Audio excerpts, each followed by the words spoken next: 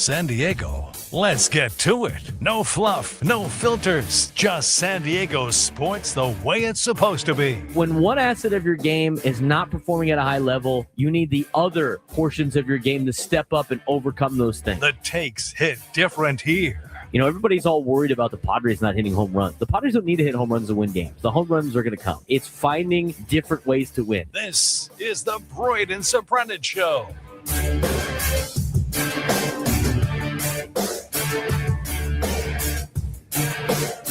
What's up, San Diego, and a happy Thursday to everybody out there in America's finest city. He's Frank Marchese. I'm Braden Surprenant. It's the Braden Surprenant Show. San Diego's #1 sports station, 97.3. The Fan. It's good to be seeing all of you guys today. Apparently, I was on television yesterday. That was kind of fun. Got to address that situation. So was I. I was on TV. Frank's shoulder. You're on full Mike Wazowski. Your shoulder was on TV twice yesterday because earlier in the broadcast, but they kept going over to that. So they got both of my shoulders, which is great. Now you can just put them together, make a full me on TV. That's right. So anyway, yesterday we had a great time at the Loft. Had a great time at the ballpark. And by the way, it's an even better day at the ballpark because the Padres got the victory yesterday. Fernando Tatis Jr. walked it off, which is amazing. Glad that he got his second home run of the season. Hopefully that leads to many more. We're going to talk a lot of Padres baseball today on this Padres off day before they get ready for the Baltimore Orioles and a very long road trip for the Padres over to the East Coast into the Central Time Zone before coming back to what is going to be arguably the toughest, and I mean the toughest, one of the toughest homestands they will have all season when they have the Braves come to town and the Dodgers come to town. But we want to talk a little bit about yesterday. Obviously, yesterday we were live at the Loft. It was a fun time. Got to meet Fridge Watcher in the YouTube chat. He came by. He was repping the Braden Surprenant Show shirt, which was awesome to see. We appreciate that. I'm glad Juan Ruiz got his T-shirt sent in the mail, which is also awesome. But anyway, we had a great time at the Loft. It was a great conversation with Jesse Agler.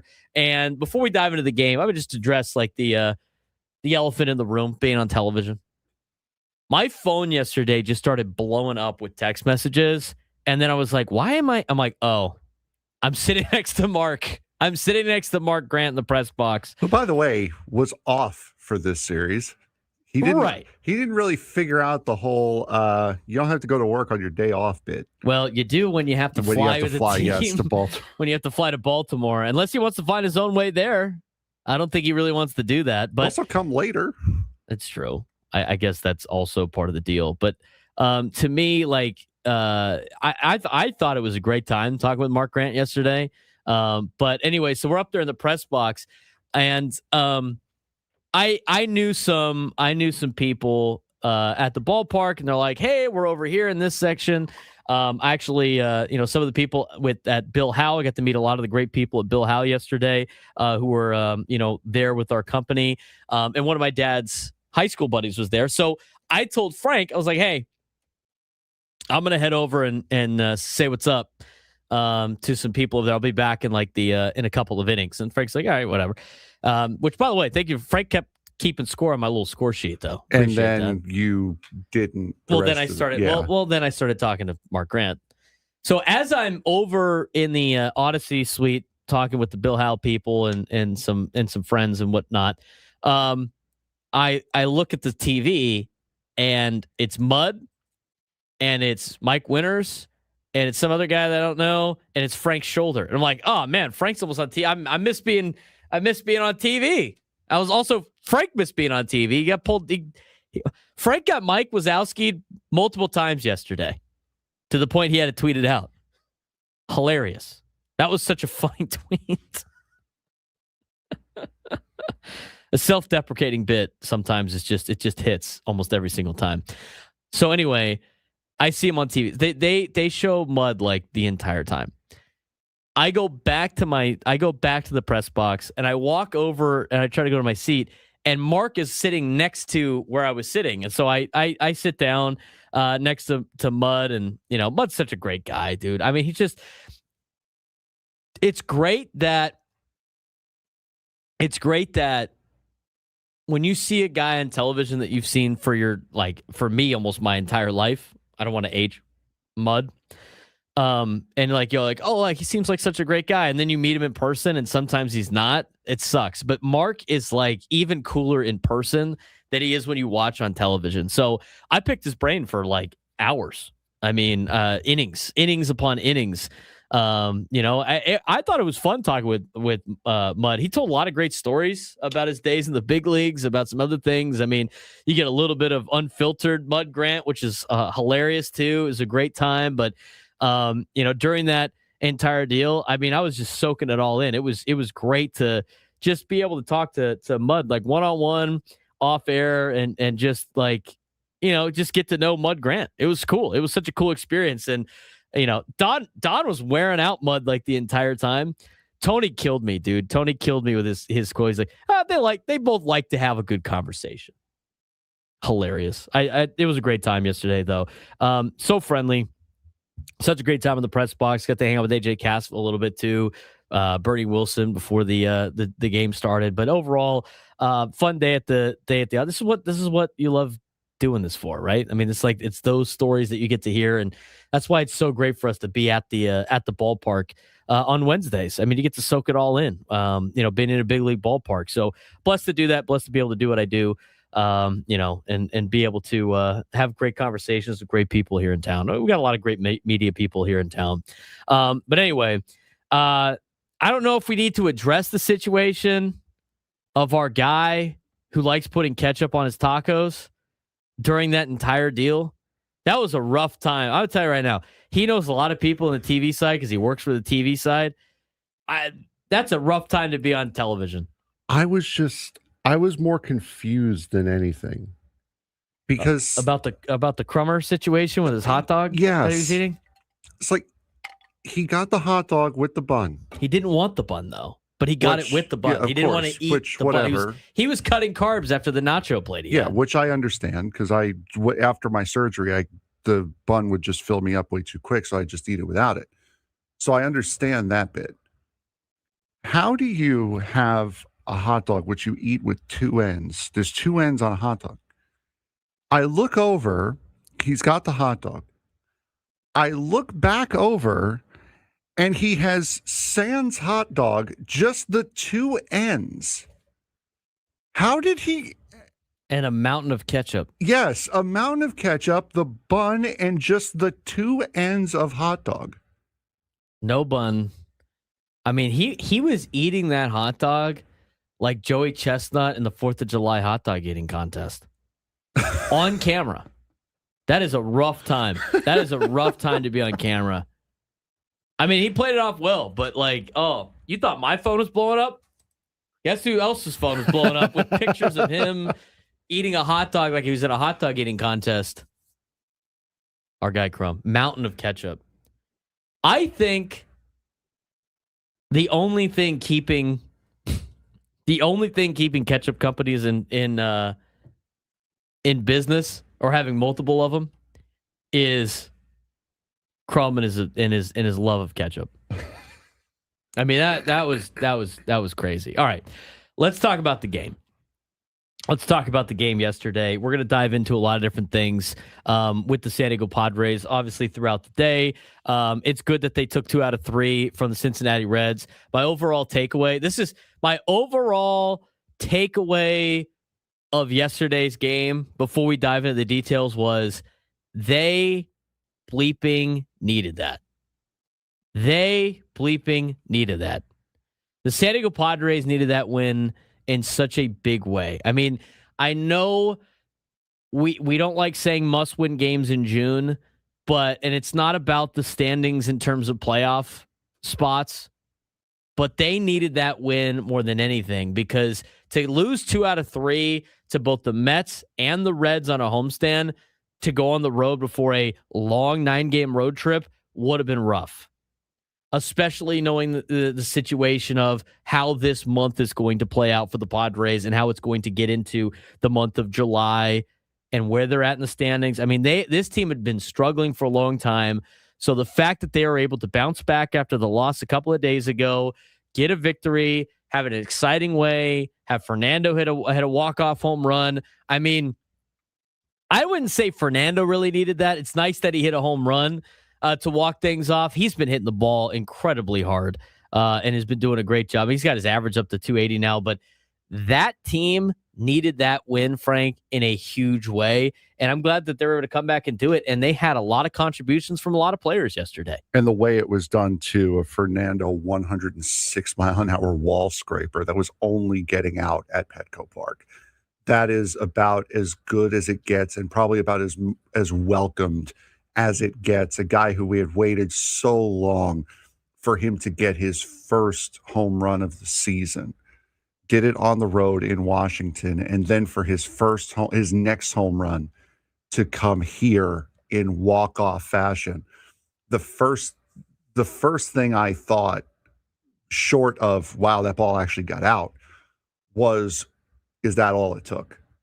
Is that what was needed for Fernando to come out of this and figure it out? Well, I think he's almost out. I think he's out of this at this point for sure. I mean, but I think you're probably talking more of the power side of things. Yes. I mean, the fact that he's up to 281 now. I mean, what was that 2 weeks ago that everybody said he's washed and he's never going to work out and we got to get rid of Fernando? Was that 2 weeks ago? Right? Yeah, I believe so. When as an emotional fan base, we traded away Fernando Tatis Jr. cut him.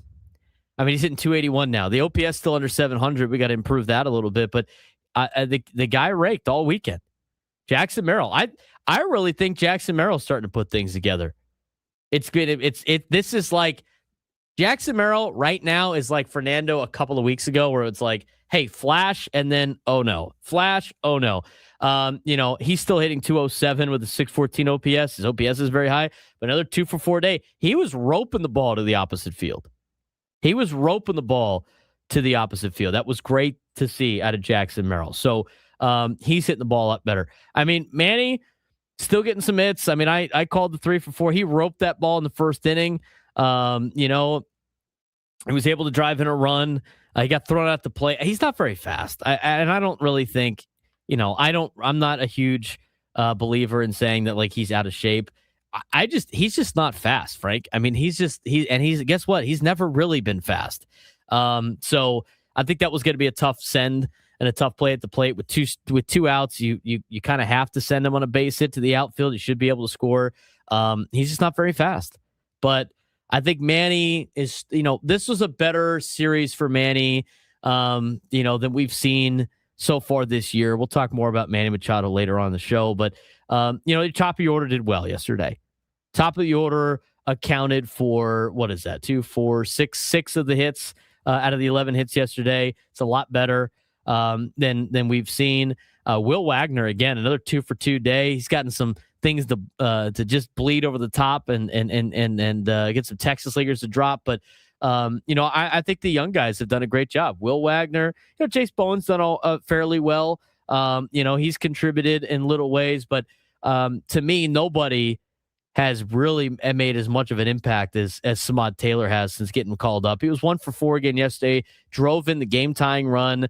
I know he did strike out twice, but he's got stolen bases in his time up with the Padres. He's tied the game twice. And you know what? Samad Taylor in 333 with an 844 OPS. He's not being asked to do that. He's being asked to just kind of be a spark and contribute. Samad Taylor's been contributing in a massive way, Frank, and I love to watch. I've loved watching him play since he got pulled up, and I know you have absolutely enjoyed every second of it. As being that lifeblood of this, a little spark plug of this team, if you will.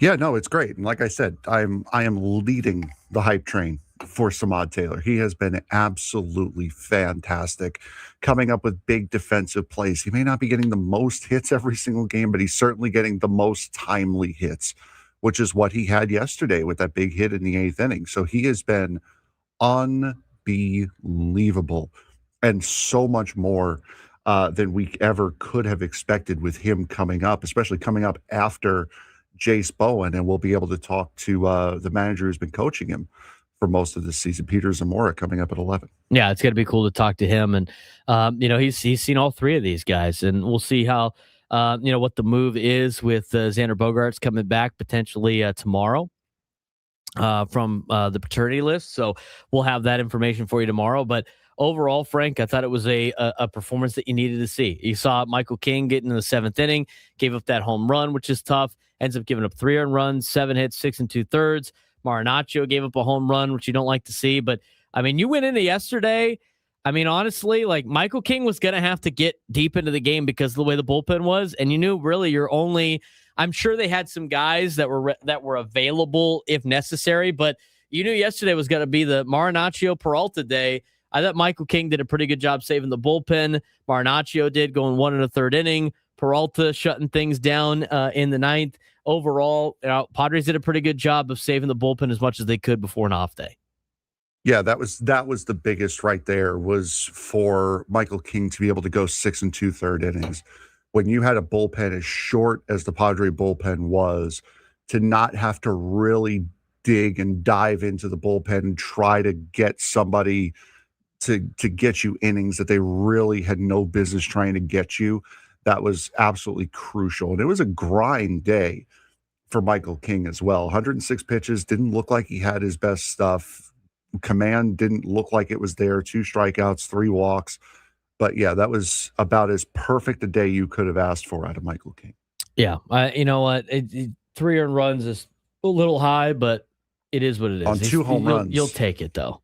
And again, the Padres, they needed that. They needed that win in a huge way. They absolutely needed that win in a huge way. And so now, you go 500 on the homestand. You want to do a little bit better than that, obviously, moving forward. You now get ready for Baltimore, and you get ready for St. Louis, and you get ready for Texas before you welcome in the Braves and the Dodgers. We talked about it yesterday. Going 500 in this month is very doable for this team, and I think that's going to set them up into going in the right direction. And in order to go 500 this month, in the next 4 series, they're going to have to win 3 of them on this particular stretch of games. So out of the series against Baltimore, St. Louis, Texas, and Atlanta, they have to win 3 of those series. They're going to have to take 2 out of 3 in 3 of those 4 series. That's assuming you lose 2 out of 3 to the Dodgers and split with the Cubs. I mean, obviously, mixed in there, you want to be able to, it'd be nice to beat the Dodgers at home, but that's so far down the list. We don't need to look at it right now. And as difficult as this skid has been, you're still sitting there right there in the thick of things in a wild card race. And that's all you can ask for. I mean, AJ Cassaville said it today on the roundtable. It was like, you're going to go through some bad spots, but like, it's whether or not you can overcome. You don't want to go into a skid that's long enough where when things do get good, you can't overcome when things were bad. And right now, I think the Padres have done just a good enough job at that where it's not a problem right now. But hopefully they can take 2 out of 3 from Baltimore. We'll talk more about that as the show goes on. We're going to dive into a little bit more of the details of yesterday's game. We'll get your phone calls as well. Just getting started on a Thursday. The Braden Surprenant Show, Static Summer Sports Station 97.3 The Fan. Tune in Thursdays at 9 a.m. for 97.3 The Fans. The 2026 FIFA World Cup is almost here, and for the first time, 48 nations will battle for soccer's biggest prize. Spain enters as the favorite, riding a remarkable 28-match unbeaten streak and looking every bit like a championship team. France sits right behind them with stars like Kylian Mbappe and Dembele, while defending champions Argentina and Lionel Messi look to try to do it again for one final time. For American fans, all eyes will be on the United States, ranked 13th entering the tournament. The U.S. could either make its deepest World Cup run in modern history or struggle to survive the group stage. Watch out for dark horses like Senegal, Ecuador, Switzerland, and Japan, all capable of shocking the world on the biggest stage. The biggest question heading into kickoff: will a traditional giant lift the trophy, or will the expanded World Cup create the biggest upset in tournament history? The countdown to the biggest sporting event on the planet is almost over. It starts this Thursday, upcoming on Thursday. The 2026 FIFA World Cup is set to be the largest World Cup ever, expanding from 32 teams to 48 teams and bringing more nations than ever before onto soccer's biggest stage. With the tournament just around the corner, debates are heating up over who will lift the trophy and who could make a surprise run. Also, which traditional powers might be vulnerable in this year's tournament. A recent ranking of all 48 teams gives us a fascinating look as to how the world stacks up heading into kickoff. At the top of the rankings, of course, sits Spain. The reigning European champions enter the World Cup riding an incredible 28-match unbeaten streak and possesses perhaps one of the most balanced squads in the tournament. Young stars like Lamine Yamal have become one of the faces of world soccer, and if Spain remains healthy, many believe that they could be the team to beat. Right behind them, though, is France. They won this World Cup not that long ago. When you look at the talent that France has on their roster, it's almost unfair. Mbappe, Dembele, it's seemingly an endless supply of depth that makes France a legitimate title favorite once again, like they were 2 World Cups ago. Now the defending champions, Argentina. Lionel Messi returns for what could and should be his final World Cup appearance. Argentina still has plenty of stars from its magical run last year, including Julian Alvarez, Emiliano Martinez. The question isn't talent, it's health. If Lionel Messi and several stars can stay fit, Argentina absolutely has the ability to repeat as World Cup champions. Now, rounding out the top 5 are going to be England and the Netherlands. England enters with perhaps its best opportunity in decades. Harry Kane remains one of the world's top elite goal scorers, and under Thomas Tuchel, the new manager, championship level experience comes to this English side. Meanwhile, the Dutch side have quietly become one of the most consistent teams in international soccer since losing the Euros in 2024. And remember, it was 2010, if I remember correctly, they played Spain in the World Cup final. So they have been here before. They've finally gotten back with a bunch of retooled stars for the Dutch team. They are going to definitely be ones to watch. On the dark horse side, every World Cup produces a surprise team. This year, several nations fit that description. Switzerland, who we've seen here in San Diego, comes in at number 18 and might be the ultimate sleeper team for this tournament. They have favorable matchups, experience, and enough attacking talent to be able to make a serious run in the World Cup. Ecuador is ranked 10th and could be one of the most dangerous teams that nobody is talking about. Their roster is filled with young talent, elite defenders, and dynamic attackers capable of troubling any opponent that they may run into. Senegal sits 9th in the world and is viewed as Africa's best chance to make history. Their defense is among the strongest in the world, and they possess the athleticism and discipline needed to compete with the traditional powers. And also, don't overlook Japan. Japan comes in ranked 15th, and they've become the gold standard for Asian soccer and consistently punches above its weight class in tournaments. It wasn't but a few years ago that they were actually able to beat Germany in their group stage. So they have a very, very good squad, always do Japan. So they are going to be ones to watch. The host nations, the US, Mexico, and Canada, are all going to be under a lot of pressure with a ton of expectations coming into this tournament. The United States is ranked 13th and may have the widest range of possible outcomes of any team in the expanded field. At their best, the United States have enough talent to make a deep run into the knockout stages and capture the imagination of it. She wants a cowboy, so I just might find me some boots. 10:24 on a Thursday. No Padres game today, but a fun one yesterday as the Padres were able to knock down the Cincinnati Reds 5-4. They take 2 out of 3 from Cincinnati, and we will get ready for Baltimore coming up tomorrow. It's the beginning of a road trip. The Padres will go to Baltimore. Well, they're already there. They left last night. But anyway, they're going to be in Baltimore for this weekend. Games are at 4:05, 1:05, and 10:35 in the morning. I will have the EcoWater SoCal Padres pregame show and the Jamul Casino Resort postgame show this entire weekend. St. Louis will be the matchups for the Padres Monday, Tuesday, and Wednesday of next week. And then after another Thursday off day, the Padres will be in Texas next weekend to take on the Rangers, or should I say the following weekend, the 19th, the 20th, and the 21st. That's when NASCAR is here in San Diego. You got to play the track, right? You got to race the track on the iRacing? I did. I've seen a lot of different iRacing videos about the track. A lot of people think it's a little crazy, but also it's gonna be fun, is what everybody really seemed to say about it. I know we're not gonna go. We're gonna talk about Padres baseball here, but NASCAR is just a couple of weekends away. They are already started, obviously, setting up the track. Saw NBC San Diego was there yesterday. Doing a report on the track. We're working on a lot of guests for next week that are NASCAR guests for a lot of our shows.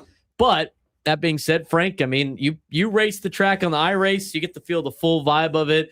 It's very bumpy. You can get air on some parts, and it's going to be a wild race in a couple of weeks. It's if the racetrack races the way it races in the sim, which you guys will see a video on that coming out most likely over the weekend. We'll post it up on YouTube, and it'll be a break video leading into the race weekend.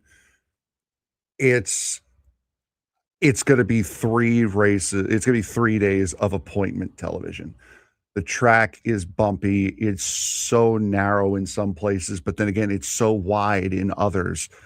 You could tell where they had to add the chicanes because they're kind of blind chicanes that you just kind of have to hope and pray that you remember are there. Otherwise, you're blowing through them. So it's going to be a wild 3 days at Naval Air Station Coronado for all 3 of these races. I think it's going to be cool. I saw some of the videos. I know it's like a computer game, so like the visuals are not super cool. They got the downtown game, the downtown shot's not bad. But overall, there's going to be some great shots of downtown San Diego. There's going to be great shots of the Bay. Hopefully we got clear skies here that weekend. We usually do. Because I know that's always been kind of a problem in the middle of the country for these street races is rain and everything like that. So knock on wood about that. But I'm looking forward to it. It's going to be pretty cool. It's going to be pretty loud downtown and throughout the Coronado area. But from what we're hearing, the very beginning of the track, there's a big downhill section between turns 1 and 2. One of the big NASCAR podcasts called Door Bumper Clear on the Dirty Mo Media outlet of podcasts, they're getting air going down that hill. Like Bubba Wallace has said, in the sim, all 4 wheels off the ground on a really good push lap. So it is going to be insane. There's a lot of tight turns too, like the Chicago race, it seems like, and there's a couple of places where they can open it up a little bit, which is nice. I mean, they're not going to get to super top speed, but it's going to be a lot faster than like the race at the Coliseum. Yes. Oh God. Yeah. Oh, it is going to be unbelievable.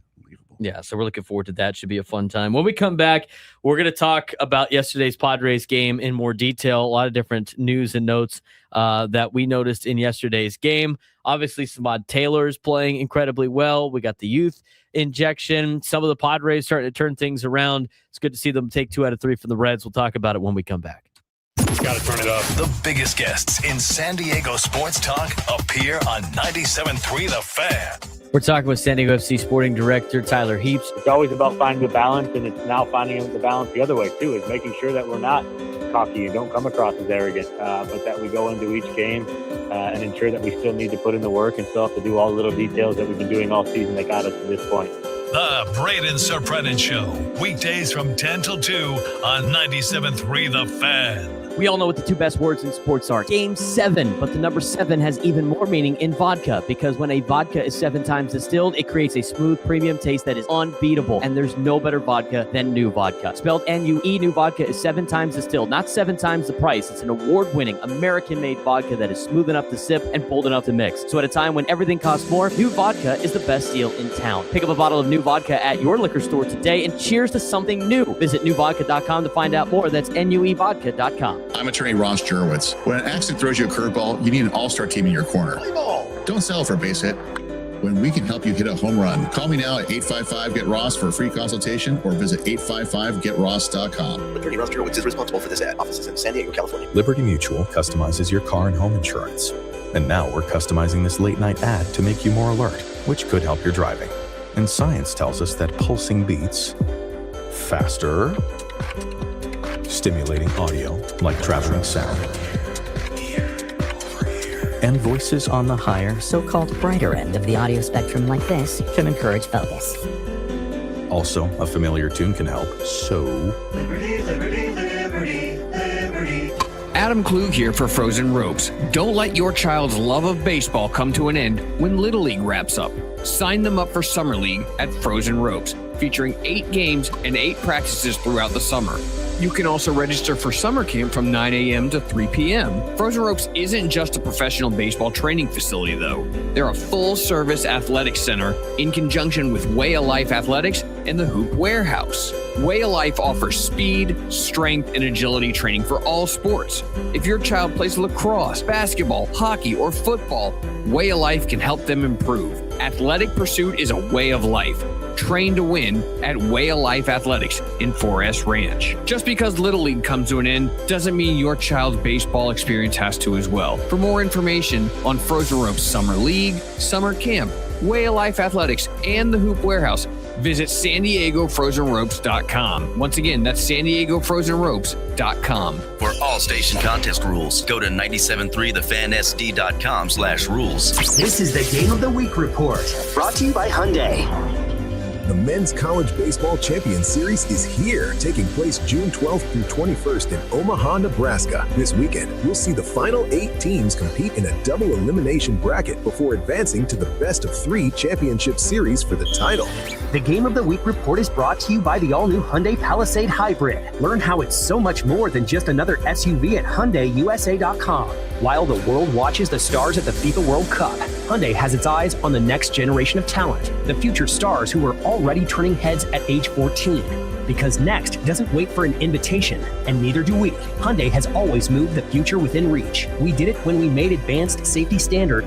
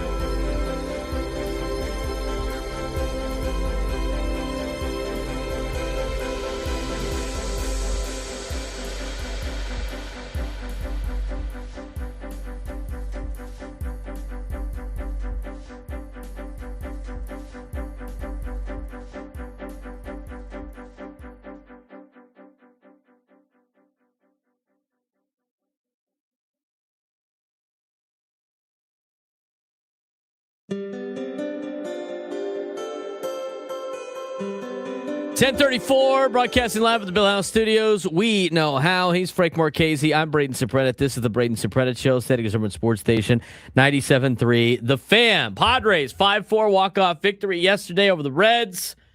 May end up being one of the most important wins of the year. I'll explain. Not because of the standings, but because of what it revealed about the team. After nearly 3 weeks of offensive frustration and mounting negativity, the Padres responded from a multi-run deficit with late inning clutch hitting before Fernando Tatis Jr.'s walk-off home run delivered the series victory. And the significance wasn't just the win itself, it was how they won. Padres had repeatedly failed in big situations recently, especially with runners in scoring position.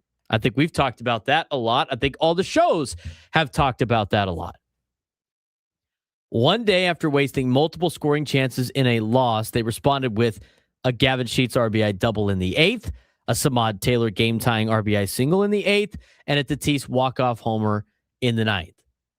They showed the resilience that they showed at the beginning of the season.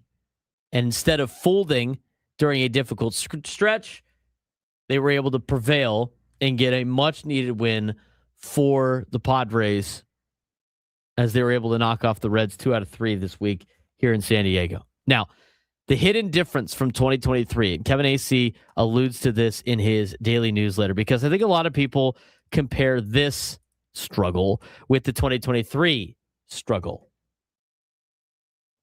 The offensive struggles have reminded many fans of the disappointing 2023 season. However, as Kevin Acee points out, one major difference. The 2026 Padres consistently win close games and come from behind games. In 2026, 11 wins after trailing by multiple runs, 9 walk-off and final at-bat victories, 16 wins where they took the lead in the 7th inning or later. In comparison to 2023, only 8 comeback wins after trailing by multiple runs, 11 final at-bat wins all season, and 15 late lead victories all year. The offense may be underperforming, but that mental toughness and that ability to come back in later games is a lot stronger here in 2026 than it was in 2023.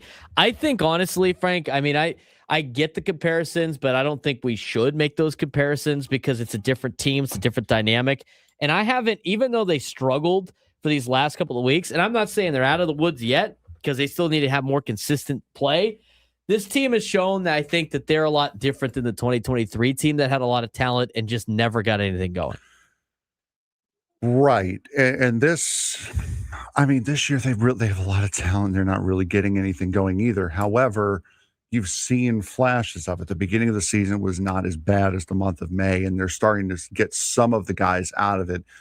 And unlike the 2023 team, they're getting a lot of contribution from the secondary and tertiary players on the team that you weren't really getting back in 2023. So I can see why it's the easiest comparison, but yeah, I'm kind of with you. I think it's a little bit of a stretch in some areas. I think it's a little bit of a stretch too. And look, I think if you want to view it negatively, you could sit there and be like, well, if it wasn't for these like clutch wins, they'd be even worse than they actually are. I mean, yeah, but you can play the what if game with a lot of different situations. The team, you don't want to be you don't want to be in a environment where you constantly have to come back. But the fact that the Padres have shown that they can do that, I think is great for the long run. And I think you're starting to see a lot of players put some stuff together.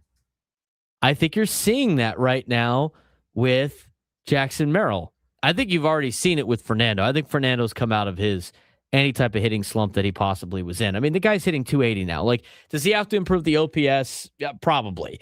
But he's doing his job now.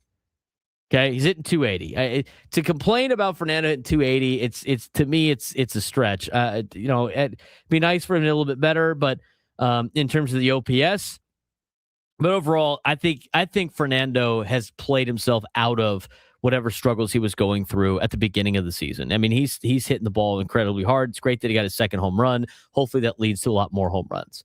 The next guy on the list, if you would just want to go and like ranking the guys that seem to be figuring it out.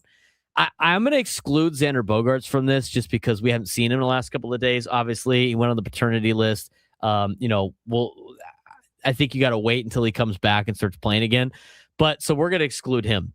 But if you look at it in terms of like the 4 stars and where they're at in terms of like coming back to what they're supposed to be. I think Fernando is there. I think Merrill is starting to trend in that direction a little bit with some of his at-bats. And Manny had a lot better of a series against the Reds and a lot better series against the Mets than we have seen him play. He still obviously had a rough game a couple of days ago, but even in the game where he came up, and again, not clutch, if you will, he still had a couple of hits and he roped a double. I liked his first at-bat yesterday. He's getting more of the positive steps forward than the setbacks. He's not close to Merrill yet, but if you had to rank in terms of your star players and who's back, it's Fernando who's back, Merrill's working his way back, and Machado, you're starting to see some signs of him maybe climbing out of this thing a little bit, but not enough to really be that excited about it. That's how I view that. Yeah, more or less. And I mean, Jackson's getting a couple hits a game here and there. Manny, at least Manny's playing good defensively. That ball that he let through that ate him up late in the game. Yes, I mean that's a hard ball for anyone to play. So you can't really get upset with him there. He's still that elite defender. So it's not decline, because there were a couple plays in yesterday's game where if it truly was decline, Manny probably would not have made those plays. So at least he's still got the defensive side down. As far as Fernando, I agree. Offensively, he's starting to look more and more like himself, just with a little bit less power here and there. And then, like I said, expect new dad power coming up this weekend for Xander when he comes back off the paternity list. That's never a guarantee, but you know what? We'll play with it. It happens more often than not. Doesn't always happen, but it happens more times than not. So hopefully he's got the new dad strength, if you will. The young guys have done a really good job. Samad Taylor, I think, out of the three young guys, has had the biggest impact. I know Will Wagner's only been here for 2 days, and he is hitting 750 in his 2 days. But it's the biggest impact in terms of the team winning games was Samad Taylor. I mean, since his call-up, he's been one of the best surprises for the Padres this year. He had a great spring. I mean, we talked about, Sam brought him up a couple of times when we were doing this spring training Sammy. We got to see him in a lot of these spring training games that they put on television. He had a really good spring and put himself in the conversation of, maybe he could play his way onto the roster, but I don't think anybody really thought that was going to be the case. And he goes down to AAA, has a great first couple of months in AAA, obviously high average, really good runner, great defender, not necessarily a high power guy, but since his call-up, he's 5 for 13. He has walked 3 times. He has driven in 5 runs. He has 2 stolen bases. He has hit safely in all 4 of his starts. And the bigger story, as reported by Kevin Acee, is why his teammates love him. I mean, he's got a lot of confidence. We heard from AJ Cassavell on the roundtable today about, him, getting the guys going in Philly at the end of that series of we'll get him tomorrow, kind of leading the spark, if you will, as the Padres have played, at that point in time, played probably their 2 worst weeks of baseball in the season. And why his teammates love him, he has nearly 900 minor league games played. He has spent 10 years grinding through the minors. He entered the year with a 205 MLB average because he's been up and down from the minor leagues to the big leagues. And he signed a minor league contract before spring training. And he's challenging pitchers with ABS. He's bringing the energy to the dugout. He's acting like he belongs. I mean, his confidence and attitude have quickly become contagious in this clubhouse. And I mean, we could talk about his on-field play as much as possible, but that's what you're looking for when you wanted to bring up a young player to give you a spark and make the decision to DFA Nick Castellanos. I think that decision, although it's only been a week, is proving to be a really good decision for the Padres and a very smart decision for the Padres. Yeah, Samad Taylor has been fantastic. And as we said, I believe it was yesterday, Jace Bowen is starting to kind of settle into that role. He was definitely amped up his first night, but he's getting in the box. He's not looking as overmatched as he was in his first couple of games. He is looking fine. I don't think he's been good enough with he's been good enough to trust him over Bryce Johnson, because Bryce Johnson's playing more than he's played recently. But he is still he's starting to understand the flow of Major League Baseball for sure. Yeah, and he obviously, I think at this point, you know, it might be Jace Bowen going back down, if you will, when Xander comes back. I mean, Will Wagner's played pretty well. I know it's only been a couple of games. I'm curious to see what this roster decision is going to be when Xander Bogaerts comes back. But, you know, Samad Taylor is not doing anything crazy. He's not being asked to come up and carry the team. He's not like that top prospect that everybody's super hyped about. He literally is coming up and he doesn't have to be the guy. He just go be Samad Taylor. And I think, and I don't like making these comparisons because I think a lot of people take it out of context. I think a lot of people get upset with it because it's mentioning a different team. But the team that's up north, how many times, Frank, have they brought up some just random guy and he's just been on a tear? Right? Yeah. It happens all the time up there. It's taken them years to get to that point because you know why? He doesn't have to be the guy. He could just be him. And I think Samad Taylor has completely embraced this kind of role. And I granted, it's early. It's early in a stretch for him, and it's not a large sample size, but you know, he doesn't have to come up here and save this franchise. He just has to come up and be him and just go play hard. And that's exactly what you're getting out of Samad Taylor. And with every single game that he racks up hits and he works walks and he steals bases and we even talked about his defense. His defense has been great. He gets more and more confident as these games go. And he knows that he has that confidence where he knows he belongs in the major leagues. And he's getting comfortable being up here in the big leagues. And when you are a guy that's hungry, that has spent 10 years in the minor leagues, and you get that taste of Major League Baseball, it's his third time up here in the big leagues, you know, in terms of like with the team, you know, a third different team. I feel like he is a guy that's going to just help in those little ways. And this is the player that you want on your bench. This is the player that you want part of your organization. And Tony said it a couple of days ago. We say it in spring training, and sometimes we forget. It takes the whole 40-man roster, and right now it's Samad Taylor's turn to step up and be that player, and he's done a great job. It takes the whole 40-man roster plus in most cases. So, yeah, Samad Taylor has done an absolutely fantastic job. And, again, he's another one who had his contract selected. He was a minor leaguer a couple of weeks ago. Had his contract selected, came up only because of Laureano. And he has proven to be one hell of a spark plug for this team. And not doing it in like the first or second inning when it doesn't really matter. He's doing it in the 7th, 8th, 9th, and extra innings, getting key hits, stealing bases at big times. So, yeah, Samad Taylor has been exactly what this team needed for sure. He's been a great spark plug. And again, like I know we keep using that phrase, and you know, and our guy Johnny in the YouTube chat is like, they shouldn't need a rookie to be a spark. Sometimes you do. Yeah. Sometimes you're in a rut. You just need a different voice. Sometimes you're in a rut. You need somebody to get you going. It happens to the best of teams. It happens to a lot of teams out there. And so it's glad that Samad Taylor has been that spark. And you know, I think he's going to be on this team for a little bit longer. Now, the question was asked at the round table about, you know, can he play? What does he have to do to play his way onto the starting roster? I don't see him being an everyday starter in left field. No. I think he'd have to hit a lot of home runs. I think he'd have to like really increase his OPS. I think he'd have to have consistent success like he's having right now over the course of 300 plate appearances at least for you to sit there at the trade deadline and go, oh, we don't need a left fielder. We have Samad Taylor. Right now, it's a cool story. Right now, it's exactly what the Padres have needed. You know, if they're going to use him throughout the year, it's going to be a bench piece. It's going to be a role player. And I think he brings a lot of intangibles. I mean, AJ Cassaville mentioned it. We've talked about it on the show. You know, if Samad Taylor goes 0 for 12, it's not ideal, but at the same time, it's not like what you're asking him to do.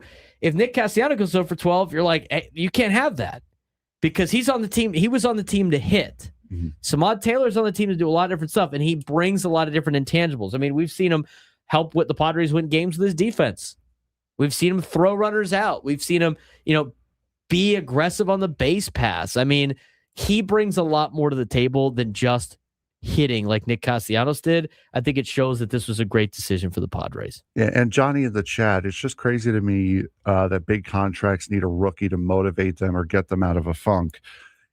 It's not just that. It's also the fact of sometimes you just need a reminder that, hey, this is supposed to be fun.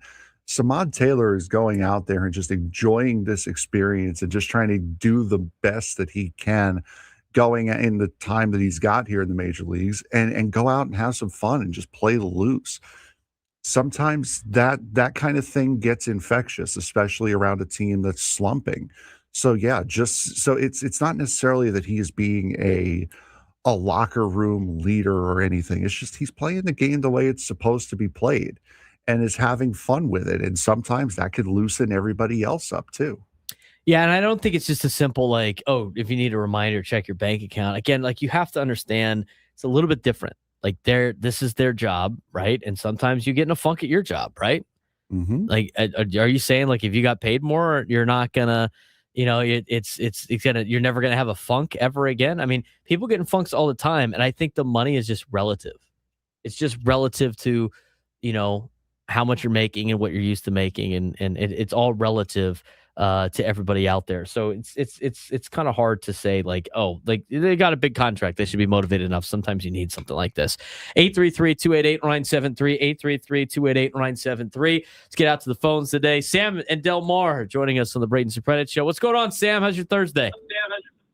Thursday is good, man. Agent Zero coming to save the day. I love it. What do you got for us? No, I think it could be as simple as like everybody keeps talking about, hey, we need to go get a left fielder. I think we need to go get a second baseman. Let Tatis go play back in the outfield. Put Sheets in lefts. Against a tough lefty, Samad comes in, steps in, helps out there. You got France, a Gold Glover at first base, who you can kind of rotate around. I mean, I think this team is like one, maybe two pieces away on the offensive side. Obviously, you need an arm and maybe bulk up the relief core a little, but it's not that far off if you can get Tatis back into the outfield. Yeah, I mean, there's a lot of different moving parts that you can have, and you're getting better play out of Fernando, which is great. I mean, to me, I almost, it's probably a lot easier to get somebody that can play a corner outfield spot than a middle infielder. But, the Padres have a lot of options out there. And, Jesse Aggo said it on our show, and this is not like that he knew more information than anybody else out there, or it's like what he was hearing. It was like just knowing what AJ Preller does. I mean, AJ Preller is going to do AJ Preller things, and I'm sure he's working on a lot of different scenarios right now. And I thought, did you hear the part where Jesse? I didn't hear any of it. I was talking to Jake the entire time. Like, he pictures like AJ Preller, in his office with his group, his crew, if you will, the scouts and everything like that, and the other people in the front office. It's got a whiteboard, and they're just like writing down the best players' names that they want to get. And it's not like necessarily any. Well, no, like not Moneyball, not going like, oh, these are our targets. These are the best players in the league, and we're going to see if we could get them. And I honestly think that's probably what they're doing based on their track record. I mean, they just go find guys, and they're not afraid to add to a strength. They're not afraid to just add to a weakness. I mean, there's a lot of different players they could potentially go after, and maybe they acquire a second baseman. Maybe they acquire a shortstop. Maybe they acquire a center fielder. I mean, who knows who they're going to acquire at the deadline? But this Padres team right now is starting to play a little bit better than they've had. They're not out of the woods yet. Just because they beat the Reds, who aren't very good, 2 out of 3, doesn't mean they're back on the great side of things. They need to have a pretty good road trip here. They have to have a pretty good road trip. And as I mentioned before, you want to get back on track, you're going to have to win 3 of the next 4 series in order to get this thing back on track and put yourself in July in the same position you were last year in July.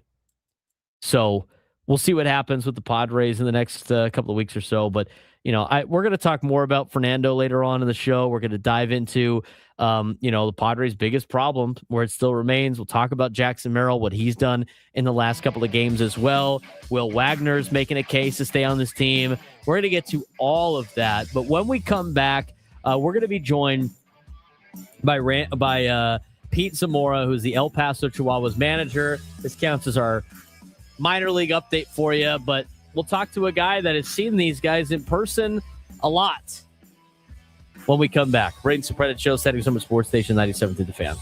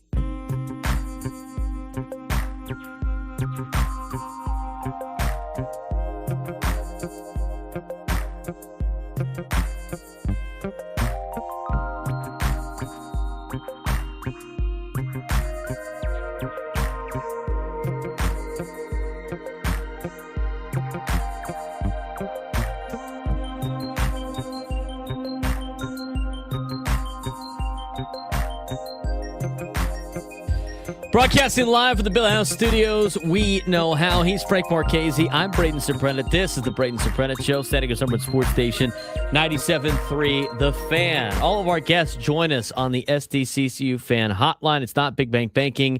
It's better. And taking some time out of his day today to join us and talk about some of these young players that have done a great job so far after being called up to the big leagues is the manager of the El Paso Chihuahuas, who's having a pretty good year so far this year. Has produced a lot of talent, obviously, to the big league level here with the Padres. His name is Pete Zamora. He joins us on the SDCCU Fan Hotline. Coach Zamora, what's going on? How's your Thursday going? Good, gentlemen. Just sitting in here in beautiful Round Rock, getting ready to play the Express tonight, and excited to hear all the fandom that's going around the boys that have been called up, and trying to get a few more up there for you guys. What's it like being a manager in the minor leagues, especially in AAA, where you get to work with these guys, you get to build relationships, and then you get the joy of telling a lot of these guys that they're either going to have their dream come true for the first time, or you get the that excited look of, hey, look, you're going back to the big leagues. I mean, you have a very important job for an organization that is trying to obviously win their first World Series. What's it like for you, and how do you take pride in your job being the manager of the El Paso Chihuahuas? It's got to be kind of a cool feeling when you get to know these guys. Yeah, I mean, I think it starts at the top with AJ and the group, and Pete Young, the scouting director, bringing in the right people to complement the big boys there in San Diego. And I think in the last few years that I've been here as manager, the vision has been right about bringing in not necessarily the right type of player, but the right type of human being. And I think we're seeing it right now with the Samads and the Will Wagners and the Bowens and the Durans. So it's all about a vision, and then getting the right people in there to fill that vision up. We're talking with Pete Zamora, the manager of the El Paso Chihuahuas, and we're going to talk about some of these young players that have come up and have, injected some energy and a pulse to this Padres team that really needed it. But, for you, Pete, I mean, as you obviously have to have a, direct communication line to the big league club. I mean, there's a lot of moving parts. You got to focus on your own ball club too. I'm sure each individual player is being looked at in a lot of different ways. How do you go about managing, trying to win ball games, trying to develop, trying to, follow what the Padres want as well? I mean, there's obviously a lot of communication. It seems like a lot of moving parts, and you got to go out there and manage a ball game on top of that. I mean, I'm sure it's a lot of fun, but how do you go about your daily business of being a minor league manager like that? First and foremost, the organization always comes first, and you have to stick your ego aside. We want to win every game, every night. When they yell out, play ball, we want to win that game that night. But we know the overall umbrella is that the most important part is that it's the organization and the Padres winning. So our meetings with the staff and all our pregame stuff is dedicated to getting these guys prepared for San Diego and to be complementary pieces or six-man or whatever you want to call it. So that's the fun part, is that when all that's done and there is a phone call from Craig or AJ to bring somebody up, to that moment to bring the staff in and the player in to let them know that they're going up there to help the boys is why we do it. And one thing about the staff here is that they have zero ego. It's about getting the players to the big leagues and making sure they understand that vision of what they are and what we want around here. And it's working right now. Let's talk about Samad Taylor first. I mean, he is a guy that already has been a nice little spark plug. He has had a lot of confidence. I mean, we just heard moments ago on one of our other shows about how, the Padres had played 2 terrible weeks of baseball and it kind of finished in Philadelphia, and yet Samad was leading the charge in the clubhouse. What's it like managing Samad Taylor? What are some of the things that you've noticed as a manager about how he is as a person and as a player that we don't get to see as fans? Well, I'll tell you what, it's my third year managing in the PCL, and all Samad Taylor did in Tacoma for 2 years is terrorize us. So when he was taken off the roster by Seattle, I think, this offseason. I think the first person I called was Pete Young, and I think he was calling me back and saying, "What do you think?" I said, "We got to get this guy. I'm tired of looking at this guy." And I think in a couple of days we had already signed some mods. So it was like finding the player, really, really liking his dynamic way of playing. Like, this guy can get on base. This guy has great at bats. This guy can even play second base. He can steal bases. He can hit home. It was just like, and for a little guy, he there's a lot of pop in there, and there's a lot of excitement. And to go beyond that was just the person. He became a leader in our clubhouse within the first couple of days he got here. He knows and trusts in himself of what kind of player he is, and it shows. There's no panic in him. It's competitive. He's played a lot of baseball coming from Corona, California. It's just been a joy, and I'm happy we got him. Yeah, the Padres fans are super stoked to see Samad Taylor out there, and he's doing a great job up with the big league club. I mean, most of the big league players have said, I'm sure you've heard, that he's been the spark plug for them, and has kind of helped lead this team in the last couple of series, if you will. The other one, of course, is Chase Bowen. He made his major league debut in Philadelphia. He's kind of struggled in terms of his overall average, but this is a kid that can hit the ball a long way. I know you guys have seen that. Obviously a bigger problem is the strikeouts, but I know a lot of people dismiss some numbers of the PCL. I think any way that you want to look at it, maybe to justify your pitching, or maybe to go, well, I don't know how much of the home runs are actually like that. I know that's not the case. Chase Bowen's got a big power bat. What can you tell us as a scouting report from you as a manager about what Padres fans haven't seen yet out of Jace that you expect him to start doing at the big league level? Yeah, I mean, just work ethic, athleticism. The thing about Bo is when Bo gets up to the plate, everyone stops and pays attention to what's going on, because they may see something they never have. I mean, just unbelievable power and speed. He's still really, really young, and I think he bought into the vision of San Diego when he signed here. Maybe has a little chip on his shoulder coming from an organization that kind of just let him go, that drafted him.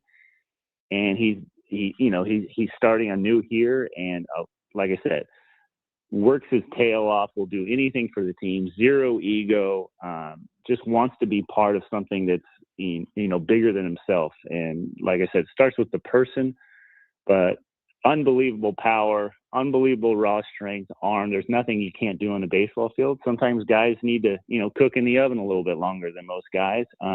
He's still going to produce for you with his athleticism, but still has work to do. And knowing him, he can't wait to do it. So he's a pleasure to be around, and I still think there's more to come. Those are just a couple of the players. I mean, Will Wagner has done a good job too. I mean, he's only been up here a couple of days. I don't know if there's a roster move coming, for any of these guys on Friday, obviously with Xander Bogaerts being on the paternity list. But, Will Wagner, very, very, short stint so far. He's made a big impact, but that seems like a guy that is really fueled off the fact that he's got some baseball in his blood. Absolutely. I mean, to not use the cliche too much, this is a pro's pro. Works, diligent, keeps his mouth closed, and when he talks, it means something. So he's dialed in as they get, as prepared as they get. And like I said, with the bloodlines he has, not too much is going to bother him. And obviously he had the oblique injury during spring training, but has come back, getting his at-bats.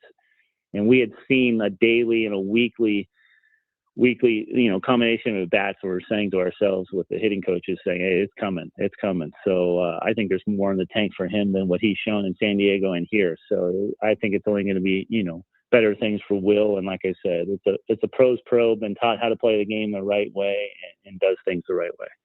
We're talking with Pete Zamora, is the manager of the El Paso Chihuahuas, joining us on the SDCCU fan hotline right here on San Diego's number one sports station, 97.3 The Fan. So let's see a couple of the players that are up now with the big league club that you got to see up close. I mean, obviously there's a lot of pitchers down there, some veteran arms that are helping out the Chihuahuas right now that are kind of waiting, but also some guys on some rehab assignments. We'll get to them in a second. I'm actually curious. I mean, you only get to see him for 4 innings, but we're seeing him come back from injury. We're seeing him, big piece in that Juan Soto trade. But Johnny Brito has done a really good job, and he has been bouncing around a lot of the minor league levels as he tries to come back from injury. He's only pitched 4 innings for you guys so far this year, but what have you seen out of Johnny Brito as a pitcher? And has he been a more of a starter, relief pitcher? I mean, what can you tell fans about how Johnny Brito has started to come back here for the Padres? Well, I tell you what, he pitched for us for the first time yesterday, started here in Round Rock, and the first thing I noticed was he looks great. His body is the strongest I've seen him, most fit I've seen him. Ball coming out great last night. I think he went 4 innings, gave up a run. Looked pretty dialed into me. The changeup was back, and I was pleasantly surprised. I've always been a big fan of Johnny. He was here a couple of years ago before he got hurt. Like I said, it looks more mature. The body looks great. Arm looks great. So it was really, really good to see last night. In terms of a rehab assignment, Herman Marquez is now down there in El Paso. He's appeared in a couple of games. How's Herman Marquez progressed, in his rehab assignment? Made 2 starts for us. Like I said, another pro, great guy helping out the youngsters here, but great pace and tempo to what he's doing. Ball's coming out hot, showing that good curveball. He's going to make another one for us, I believe, Friday. I think, all systems go with him right now. He's throwing the ball at a good clip. Last thing for you in terms of the pitching staff. I mean, you got some young guys that they're still trying to develop that might help the Padres at some point during the season.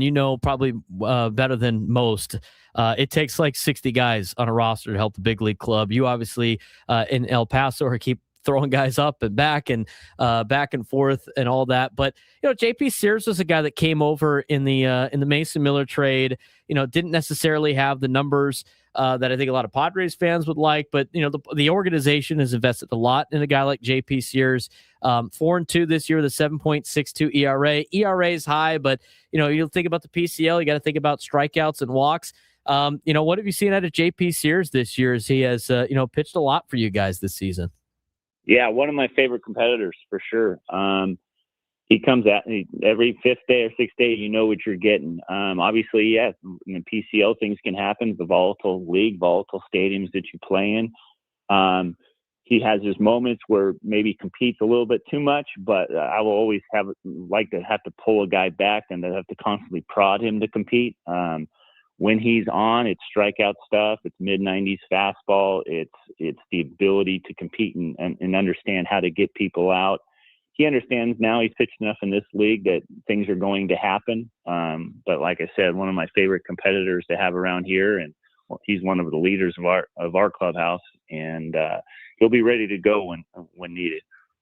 Let's talk about the Round Rock Express. Obviously, you're getting ready to continue that series. What for a lot of maybe fans that haven't been able to dial into the El Paso Chihuahuas, what's been the last couple of weeks for you guys, and what's on the horizon here as you guys grind through a Pacific Coast League schedule? Yeah, we're just, like I said, we're a lot of moving parts. We're a transaction league just like everybody else in this league, and basically whatever it is upon talking to Craig and AJ is understanding, hey, make sure this guy's doing that, and make sure, hey, we're looking out ahead of things, and just having these guys show up every day to the ballpark with the vision of being a complementary player to the big boys up there. The big boys are going to do their thing. We have to be able to complement them, and like I said, be 6 men for them and be the next lineup. And it's the next man. Just like the Samads and all the boys have been doing, there's going to be some more guys coming. So when you get these guys to buy in to that philosophy, when they show up to the park, they understand it, and it's easier to go through your day throughout a PCL or a hot week in Vegas or anything like that. Is like when you're part of something and understand that you can be part of this whole big group of the organization and what our plan is. It's a cool thing. And I give a lot of credit to the people that are on this team that have bought in, and they're seeing the fruits of their labor when their buddies like Samad and Bowen and the boys go up and do their thing. So it's been really cool to see, and we just want to continue it. I just had a follow up too. I mean, you talk about the organization as a whole, and you guys have a lot of talent that doesn't show up on like top 30 prospects and everything like that.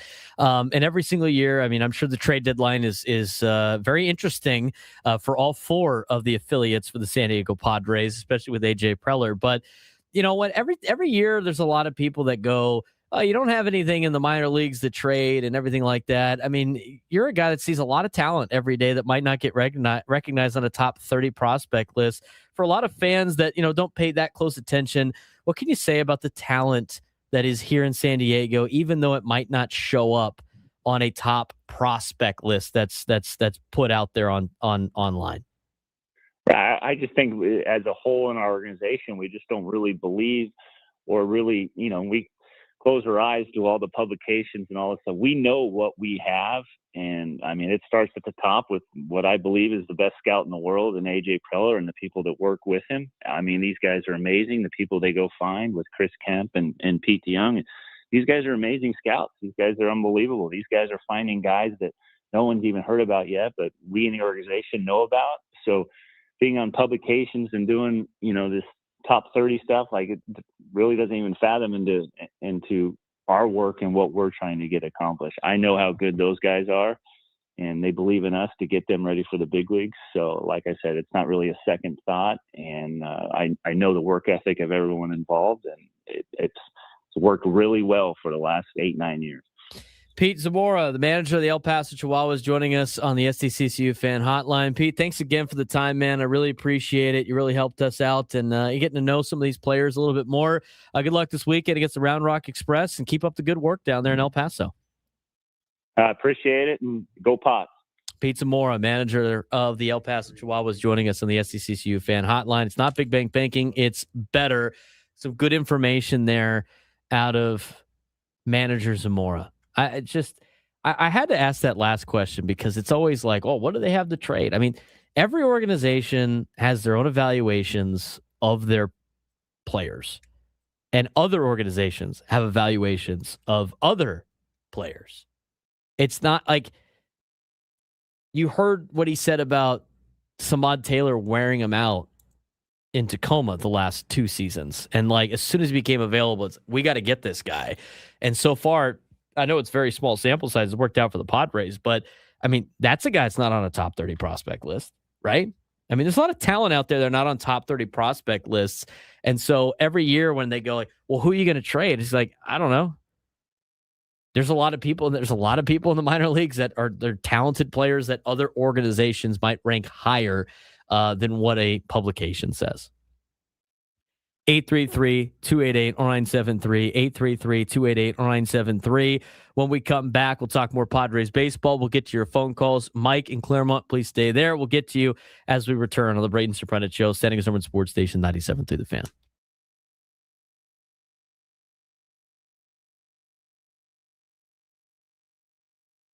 The Las Vegas Golden Knights lead the Carolina Hurricanes 2-1 at the time of recording, but Game 3 may go down as one of the wildest games that we've seen in years. Vegas built a 4-goal lead, then looked ready to cruise. Then Carolina exploded, 3 goals in just 39 seconds, the fastest 3 goals ever scored in a Stanley Cup Finals game. The Hurricanes tied it late and nearly completed a historical comeback. But in double overtime, Shea Theodore, former Anaheim Duck and former San Diego Gull, delivered the game winner, and Vegas escaped with a 5-4 victory. And let's talk about Mitch Marner. The former Toronto Maple Leaf recorded 4 points and the fastest hat trick in Stanley Cup Finals history. He's now 3 wins away from a Stanley Cup in his first season with the Vegas Golden Knights. If Marner leads Vegas to a championship, does that completely change the way hockey fans view his legacy?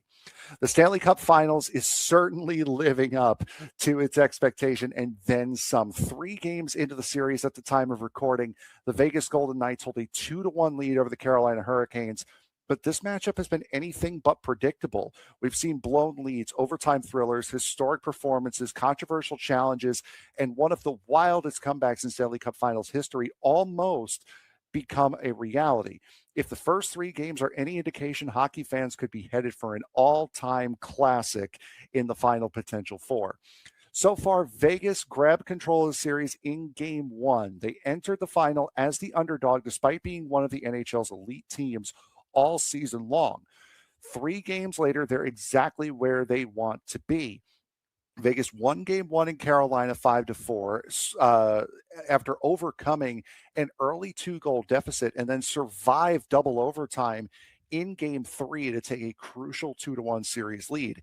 History is now on their side. Teams that take a 2-1 lead in the Stanley Cup final have gone on to win 80% of the Stanley Cup championships.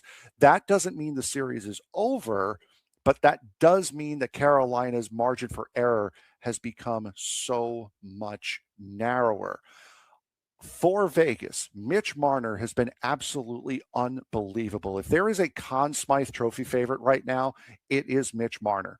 The former Toronto Maple Leaf has been spectacular throughout the postseason, and Game 3 may have been the defining performance of his career. Marner recorded 4 points and delivered the fastest hat trick in Stanley Cup Finals history. Just think about that.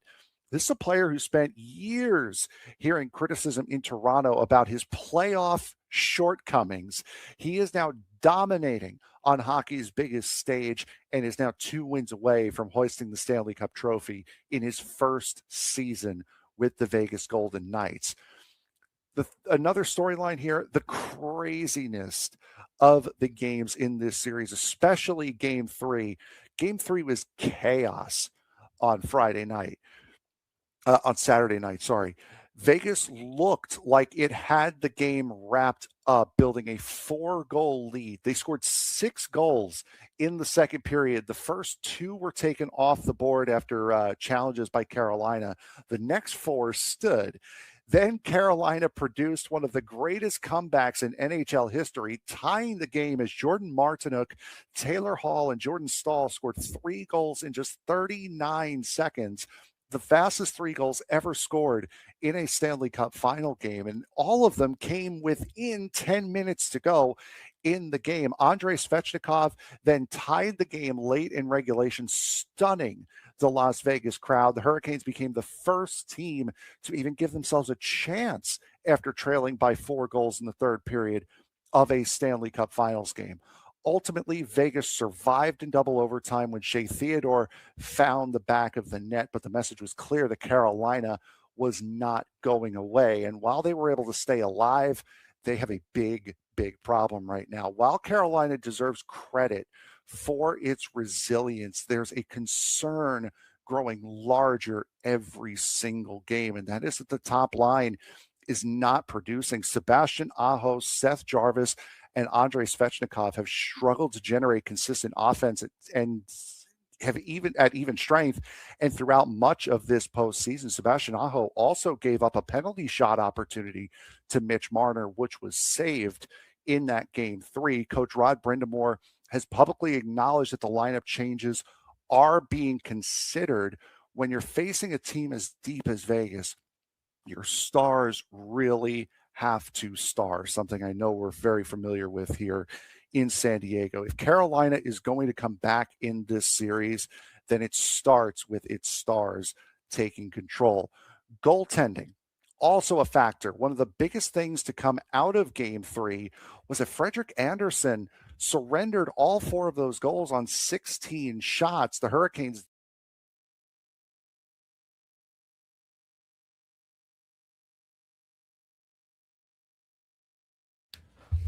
11:23, broadcasting live at the Bill Allen Studios. We know how. All of our guests join us on the SDCCU fan hotline. It's not Big Bank Banking, it's better. We will have a couple more guests joining us later on today. Mark Neville, Sports San Diego CEO, is going to come on. We'll talk about NASCAR. We'll also talk about the Bill Walton Classic that will be coming up in November. San Diego State got their opponent. We'll talk more about that with Mark in the 1 o'clock hour. Bob Scanlan will finish the show with us at 1:35. Talk about the Padres and their off day in Baltimore. But we do want to get back to your phone calls. 833-288-0973, 833-288-0973. Let's get out to Mike in Claremont. Mike, what's going on, man? Mike, you there? He ain't there. I thought we got a lot of good insight out of Pete Zamora there, Frank, the manager of the El Paso Chihuahuas. I mean, he talked about those players, but a lot of different things to discuss with the moving parts of managing a minor league team. Yeah, that was fantastic. Absolutely great listen. We'll have that reposted up on YouTube here in a little bit. And we'll also have it on the 97.3 The Fan website as well, coming up very, very soon. Is that what you're working on right now? That is what I'm working on. To pay no attention to the man behind the curtain. Come on, dude. Exactly. All right, we've been talking about the Padres in yesterday's game. We got to a lot of different parts of. We talked about Samad Taylor. We talked about Fernando. We talked about, how that was such a big win for the Padres. But in terms of the problems, and here's we'll talk about Fernando real quick. Walk-off homer was more than just the game winner for him yesterday. I mean, it was, I think, a little bit of validation.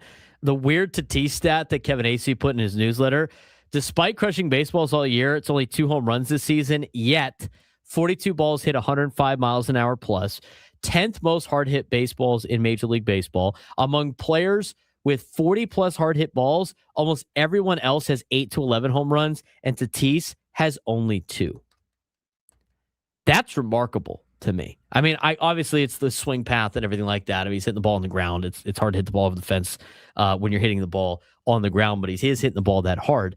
But since May 19th, he's got a 383 batting average, a 944 OPS, and the underlying metrics suggest that Tatis has been far better than his home run total indicates, which may be the beginning of a positive regression that we've been waiting to see all season. I think you're at the beginning part of this regression, as we've seen the last couple of weeks. I mean, since May 19th, he's almost hitting 400, and that's not really surprising to me after watching these games each and every day, where he just looks like he is just lacing the ball all over the field.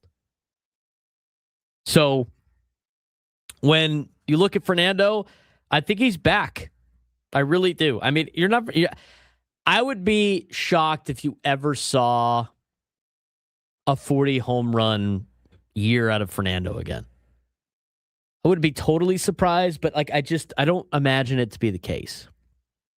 I think you're going to see a lot more 25 to 30 home run Fernando Tatis Jr. seasons. You're not going to see that this year, but it would not surprise me if Fernando ends this season with 15 home runs. He's got 2. It's taken him a long time. I get that, but I feel like he is close to just really going on even more of a tear than he actually is. I mean, he's got his average up to 280 now. His OPS is still really low, but his OPS since May 19th has been 944. The underlying metrics, again, suggest that Tatis is far better than his home run total indicates, and I think that's going to change. But out of all the positives from yesterday, their biggest problem still remains. And even after the dramatic win, the issues haven't disappeared. The offense still needs help. And you need help from Manny Machado, and you need help from Jackson Merrill. And when we come back, we're going to discuss that. Braden Surprenant Show, Static Number Sports Station 97.3 The Fan. Ben and Woods.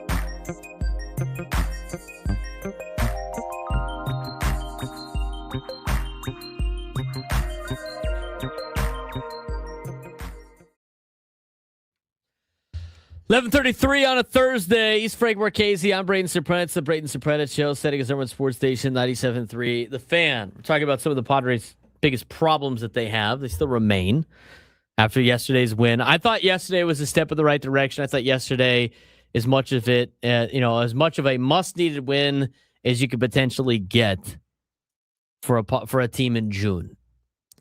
I think they needed that. I mean, the way the thing ended yesterday, my biggest takeaway was they needed that.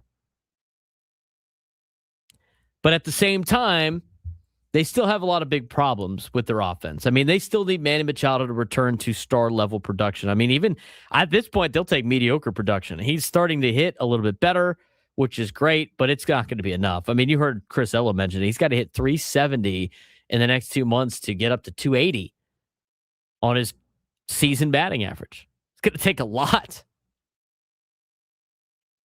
Jackson Merrill needs to return to expected levels. I mean, he has not had the greatest start in the world to the season. I mean, he's still hitting under 210, and he's got a 610 OPS. I mean, I thought he's been hitting the ball a lot better to the opposite field. He looks like he's putting together better at bats, but I think a lot of teams have really capitalized on Jackson Merrill inability to lay off a lot of pitches outside. I mean, he's very aggressive when it comes to swinging. Padres still need another left-handed bat. The rotation needs some reinforcements. They could use some potential bullpen help. I mean, a lot of these are trade deadline pickups too. As much as the comeback win is great, it's a feel-good. It doesn't eliminate some of the flaws that the Padres currently have. It just reinforces that the team still has fight while waiting for key players to get going. I think they've done a good job of treading water, but there's only so much you could tread water before you start to drown. Padres haven't gotten to that point yet. Jackson Merrill is starting to show signs. Quietly, we get to a positive sign here. Merrill may be emerging from his slump. In his last 13 games, Jackson's hitting 255, which is a lot better to the 194 average in the previous 51 games before that. And according to Kevin Acey's daily newsletter, the key adjustment is the opposite field approach. Now, I have noticed that. I think a lot of you have noticed that. He has been roping the ball to left field. His last 13 games, 16 opposite field hits. His previous 51, 36 opposite field hits. The numbers suggest he's staying on pitches better and using the entire field again. We heard Chris Ello mention that on the roundtable about what Tony Gwynn Jr. tells him all the time. And that is, when you are struggling, regardless of who it is, let the ball travel a little bit more, work the opposite side. And that's exactly what Jackson Merrill's been doing, and he's been doing it very well. I think, Frank, and I could be wrong, but it just looks like Jackson Merrill has slowly started to put together a lot better at bats, and he has been absolutely tearing the cover off the ball to left field. Yeah, Merrill's looking better. He's just not getting the results. The results do come, but when they do come, they're coming in bunches, and then there's long stretches between where he's maybe not looking as good as he possibly can. But he is certainly one of those guys who I would no longer kind of say he's struggling. I would say he's more in the Xander Bogaerts boat from last year, the Fernando boat from this year, where he's getting contact. He's making good contact. He's just not getting the results that he needs to get. There's still a concerning team trend for this team. Before we talk about, we're going to talk about Will Wagner in a second, but how about this? Again, another snippet from the newsletter today. Scoring first definitely matters to the Padres. The Padres are 21-7 when they score first. It's a .750 winning percentage. The problem with that, though, they've only scored first 28 times all season. That's the third lowest total in Major League Baseball.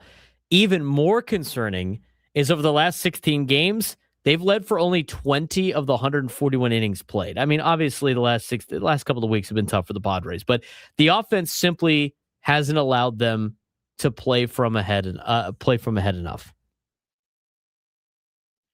which then puts an impact on your starting pitching, which then puts an impact on your bullpen, where they obviously feel like they can't make mistakes. So scoring first definitely matters, and it's something that the Padres need to be better at. And I continue to look at the numbers when you take a deeper dive into this of the Padres in terms of their splits. We've talked about the leadoff batter. Now, the leadoff batter for the Padres has done a lot better with Fernando up there than anybody else that has led off. It's getting better results. I mean, Fernando continues to hit really well in the last couple of weeks. But the first batter of the game still has really abysmal numbers. Leading off innings has abysmal numbers. And at the same time, hitting in the early innings against starting pitching has been awful for the Padres. Let's look at it. When you look at the first batter of the game, the batting average for that batter is a 158 average for the Padres and a 477 OPS. This has drastically gotten better, obviously, with Fernando, because for the longest time, they didn't have any hits leadoff batter of the game. Fernando, leading off the game, is hitting 304. So he's obviously made those numbers a lot better. The problem is Ramon Laureano was 2 for 19. Jackson Merrill was 0 for 9. Xander Bogaerts was 0 for 1 when he led off the game. And Jake Cronenworth was 0 for 5. Fernando's 7 for 23 with 4 walks, only 5 strikeouts. He's got a 755 OPS, but the numbers are getting a lot better. Your leadoff hitter's hitting 241 now, which is great. I mean, all these averages are starting to grow a little bit, which is also awesome. They're still not very good or anything to write home about. But when you look at the way that this team is hit in the early innings of games, and I'm trying to find those exact numbers, but they're starting to trend in the right direction, which is interesting because they're starting to win a little bit more. But you want to talk about a team that doesn't score first? I think you got to look at like the first inning when you can really start doing damage. And the Padres, I mean, let's think about it this way. When the Padres score first, they're 21-7. They've only done it 28 times where they've scored first. It's a huge stat in Major League Baseball. The team that usually scores first most of the time ends up winning. It helps with a lot of different things. So in order to score first, you got to score in the early innings. Well, the Padres so far this year in the first inning have hit 164 with a 525 OPS. They have scored 16 runs in the first inning. In the second inning, they're hitting 189 with a 519 OPS. I mean, it doesn't take, it takes them a little bit to get going. They got to get to the fourth inning before they start putting up somewhat of an average that's decent. I mean, 8th and 9th inning is crazy how good they've been in the 8th and 9th inning. I mean, maybe we could do the comparison too of like where the Major League Baseball splits are for that. But I look at this Padres team, and if you got if a big talking point is scoring early, you know what you can't have? You can't have 6-pitch first innings. So maybe the approach in the first inning has to be a little bit different. I mean, I get it. They've been attacking fastballs as of late. They've been aggressive when it comes to swinging early, which I think that's fine. I don't mind that overall.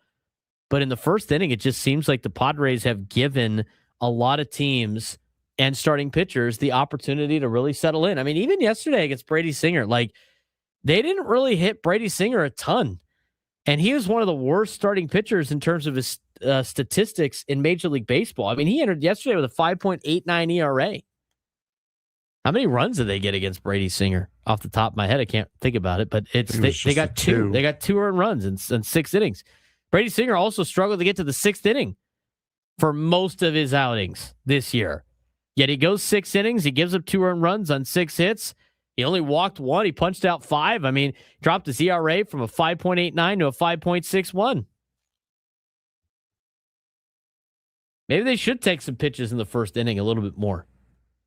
Grind out some at-bats. I mean, the Padres' first inning numbers are awful with a 164 batting average. I mean, just for context, I think we got to add this for context. I mean, you got to look at how everybody else is doing in Major League Baseball in the first couple of innings. I mean, because you can look at the league splits. But to me, it's like, I don't know how you can go about scoring first if you don't do a lot of damage in the first couple of innings of the game. I mean, when you look at the overall numbers for Major League Baseball teams, they're hitting 241 in the first inning. The Padres are hitting 164.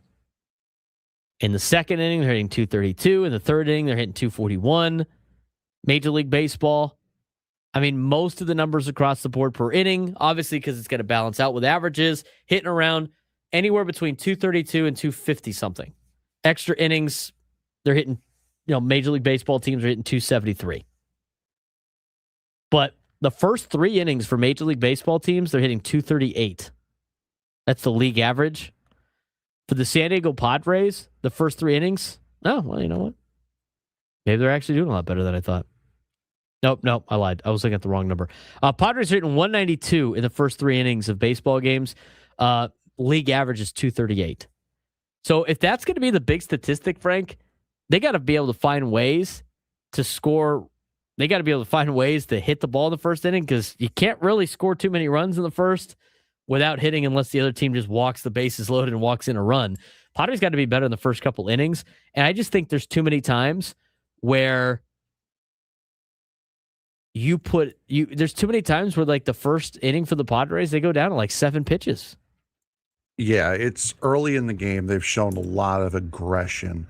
And then towards the middle, they start to more settle in. And then by the end of the game, they're really finding their groove offensively. But yeah, it's definitely becoming a trend more so than not that the first inning of ball games, first couple of innings is not great. First trip through the lineup, even really not where the Padres are going to make their hay. It's going to be more later for sure.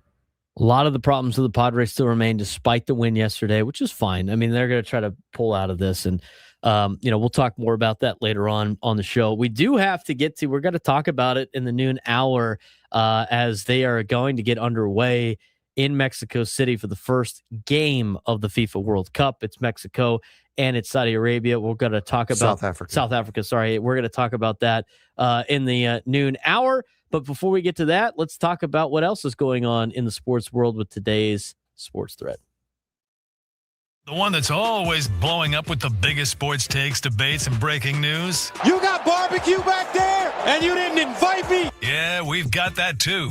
Welcome to the Sports Thread, where we break down the top 5 stories in sports, just like you would with your crew. Oh, no! Disaster!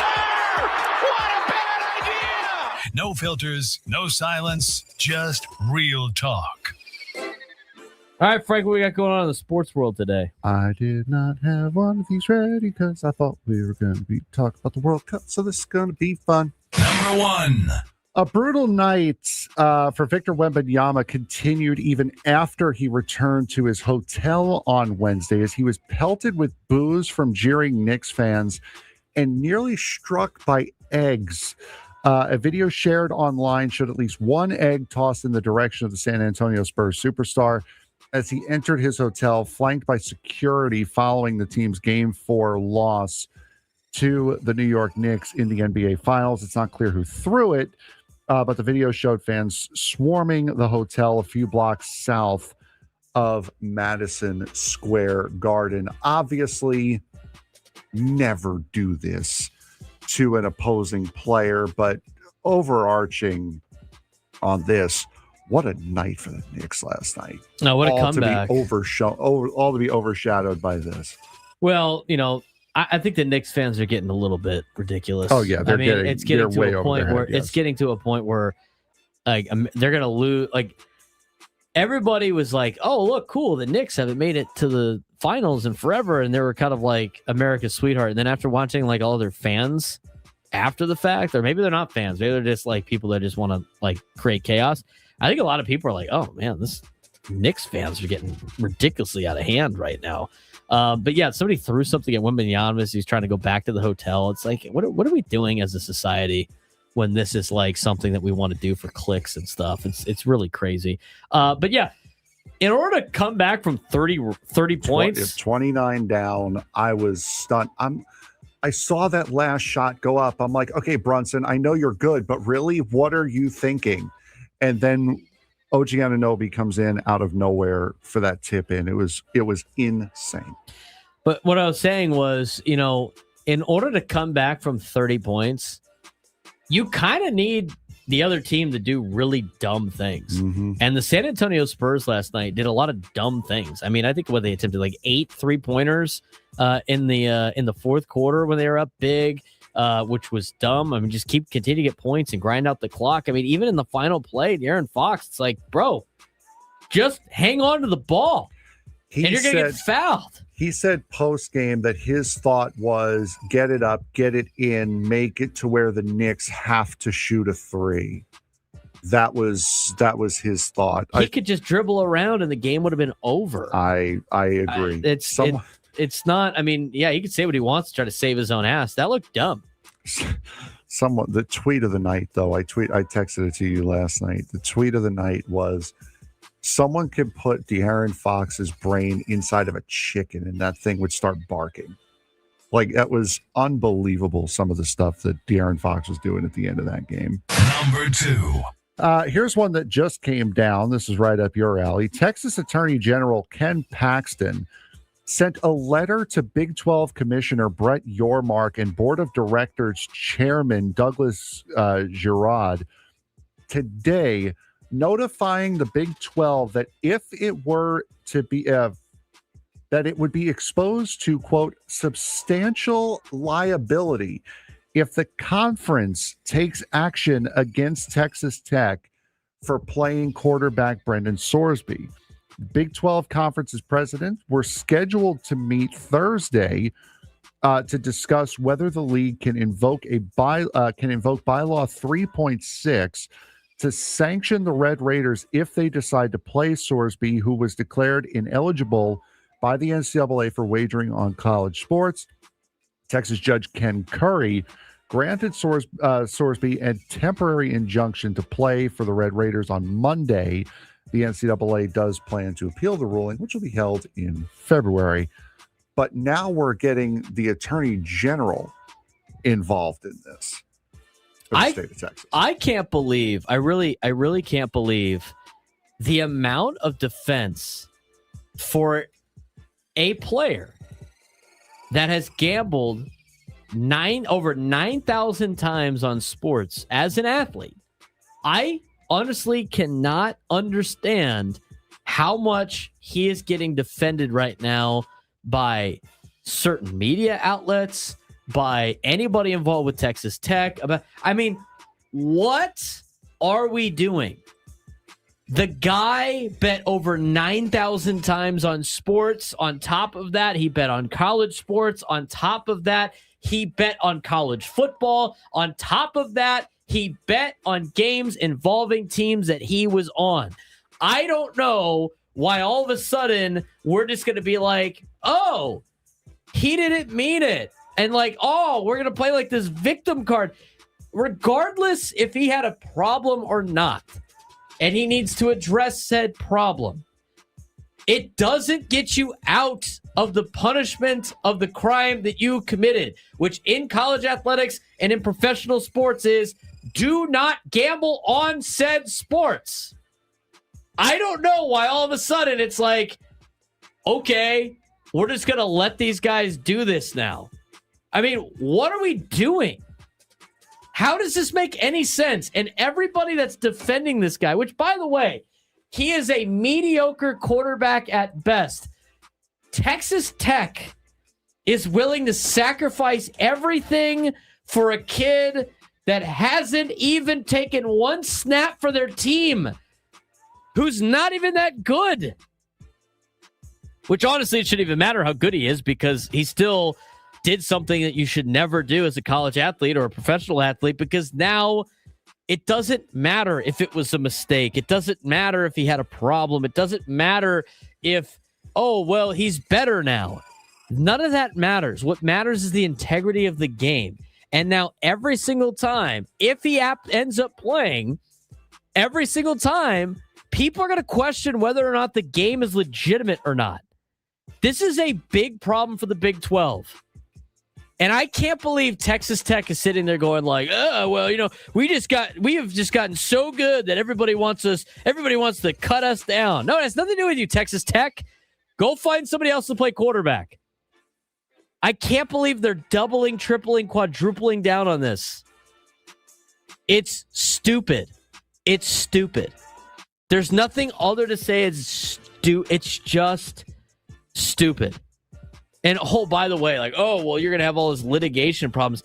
It says in their bylaws, there's rules in place of what happens if you do this. It's very simple. I mean, at this point, I would imagine that the Big 12 eventually is going to get to a point where, like, you know what, dude, he could be on the team. That's fine. But as soon as he plays in a game, you're going to have to forfeit that game. I don't know why you would risk any of that for this guy. The Texas Tech could literally do the simplest thing, just be like, you're not playing for us. What is that going to do? I mean, he's already getting sued by Cincinnati for $1 million in NIL problems because he left. I mean, this guy is in the middle of all these lawsuits. Like, what do we think is going to happen? I mean, this is getting terrible. It's getting terrible. And again, it has nothing to do. This is where you can't compare the two. This is not because there's gambling ads on commercials. It's not. In order to play college football, you have to not bet on things. It's pretty simple. Anyway, 833-288-973, 833-288-973. World Cup about to get underway. We'll get you a preview when we come back.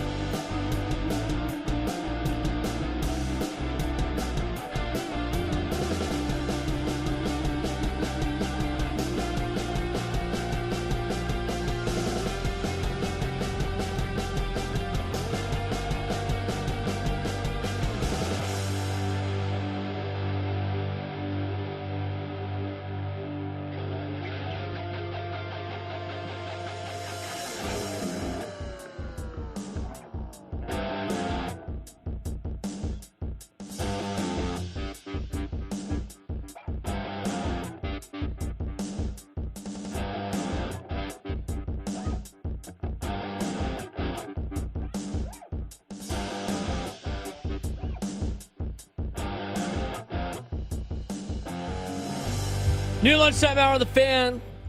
He's Frank Marchese. I'm Braden Surprenant. It's the Braden Surprenant Show. Standing from Sports Station 97 through the Fan. I have to address this. I can't believe that we're at this point. I mean,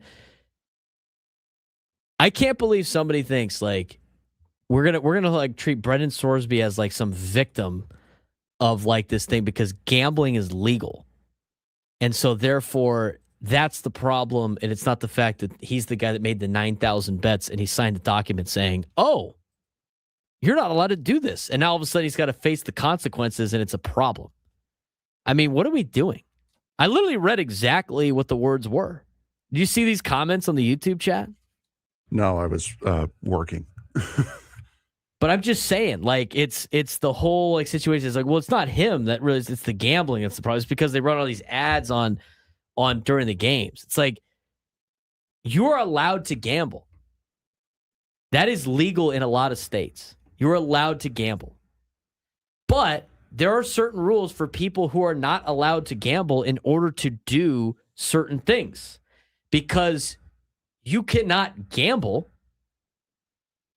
on sports if you participate in sports.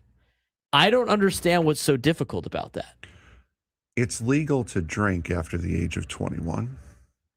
It is still not legal to drink and operate and motor vehicle.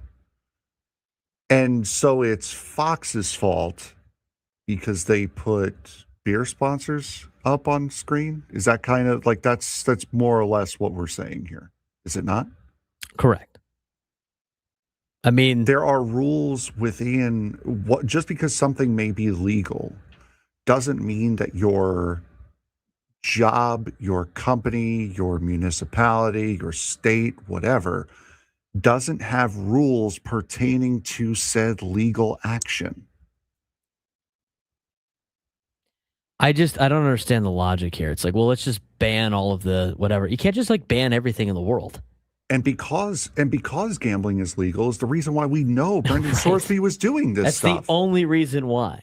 It's the only reason why. Much in the same way the NBA stuff that came out before the season started. Correct. That the only reason why we know what happened is because gambling was made legal, and there were checkpoints that were put in to flag certain things, and it worked. Nobody's upset at the fact that the guy made a bunch of bets, which, by the way, he also did that under a different name because he was doing underage gambling as well, which is also illegal. But the fact of the matter is, as an athlete, you're not allowed to gamble on sports. And then if you do so, you are not allowed to play said sports. It's very simple. It's very simple. He did that 9,000 times. And now people are upset that his career is over. And the only reason, I want to be honest with you, Frank, the only reason why Texas Tech is upset? Because it's going to cost them $5 million. Yes. That's the only reason why they actually care about this. They don't care about that kid. They don't care about the fact. I mean, he is a solid quarterback that's making $5 million. If it didn't cost them $5 million and now they're going to go find a new quarterback, they wouldn't care. I'm going to tell you right now, if this guy was like their punter, they just would have cut him. It wouldn't even be a problem. So again, like, it is legal to gamble on sports. People find it to be fun. But not everybody is allowed to do that. And what you can't do, especially in a free world society that we live in, you can't just like ban everything because one guy ruined it. That one person has to suffer the consequences for their actions. And I don't understand this world where it just gets to a point where it's like we have to blame everybody else but the guy that actually committed the, I wouldn't say crime in this particular case, but committed the penalty. He willingly knew what he was doing. You want to talk about, it's funny, like we always get these people, you got to hold these people accountable, but we don't want to hold this guy accountable.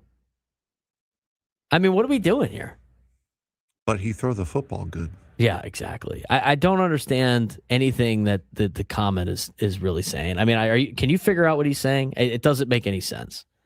But the react's like, you can't just be like, oh, the root of the problem is just gambling. Let's so he had lose the gambling. Wait, so he had an avenue to gamble. Okay. What does that mean? So that's what the comment was. He had an avenue. He had an avenue to gamble. Right. I have an avenue to drink, but I also know that if I do that on air, I could get fired because it's a rule. You don't drink here. Correct. Like, and the whole thing is, even if it wasn't easily accessible, he still has an avenue to gamble. He could have still been doing this. Like, yeah, obviously making it a little bit more easier makes it more difficult to say no to those decisions, but the individual had to make his own decision. He did not care at the time. He did not care. He was warned. He did not care. He still made the decision. It's not big gambling's fault. It's not. It's not big gambling's fault, if you want to call it that, the industry, that this guy did this. He made those decisions. He made those decisions. I don't understand. I don't get it. I don't get it. It's not illegal for me to gamble on the Padres right now. It's not. It's not a company rule, at least that I know of. It's not. But I have the self-control to not do that. I don't do it. And I see the same FanDuel. I see the same DraftKings. I hear the same Prize Picks ads that everyone hears Ben do. I hear the same Kalshi ads that you do. I hear all the same stuff. I choose not to do it. I have the self-control to be able to not do it. He's going to a different level of like, it's just all vices should be banned situation. Like that would be the macro, right? Wouldn't that be the macro? Like, wouldn't you, like you would at that point, you would eliminate all vices in the world. You just can't do that though. I mean, you can't continually ban things to make them magically go away. And what happens if you ban things? Let's take a look in history. Yeah, without getting we banned alcohol. Correct. How did that work out? Yeah. What happened? People still drank. They just did it illegally. That's you. If you ban something that people do legally, they're going to find a way to do it illegally. But that's the thing. It's like you can't. What makes this nonsensical is the whole like we as humans created gambling and therefore it's a big problem. It's like,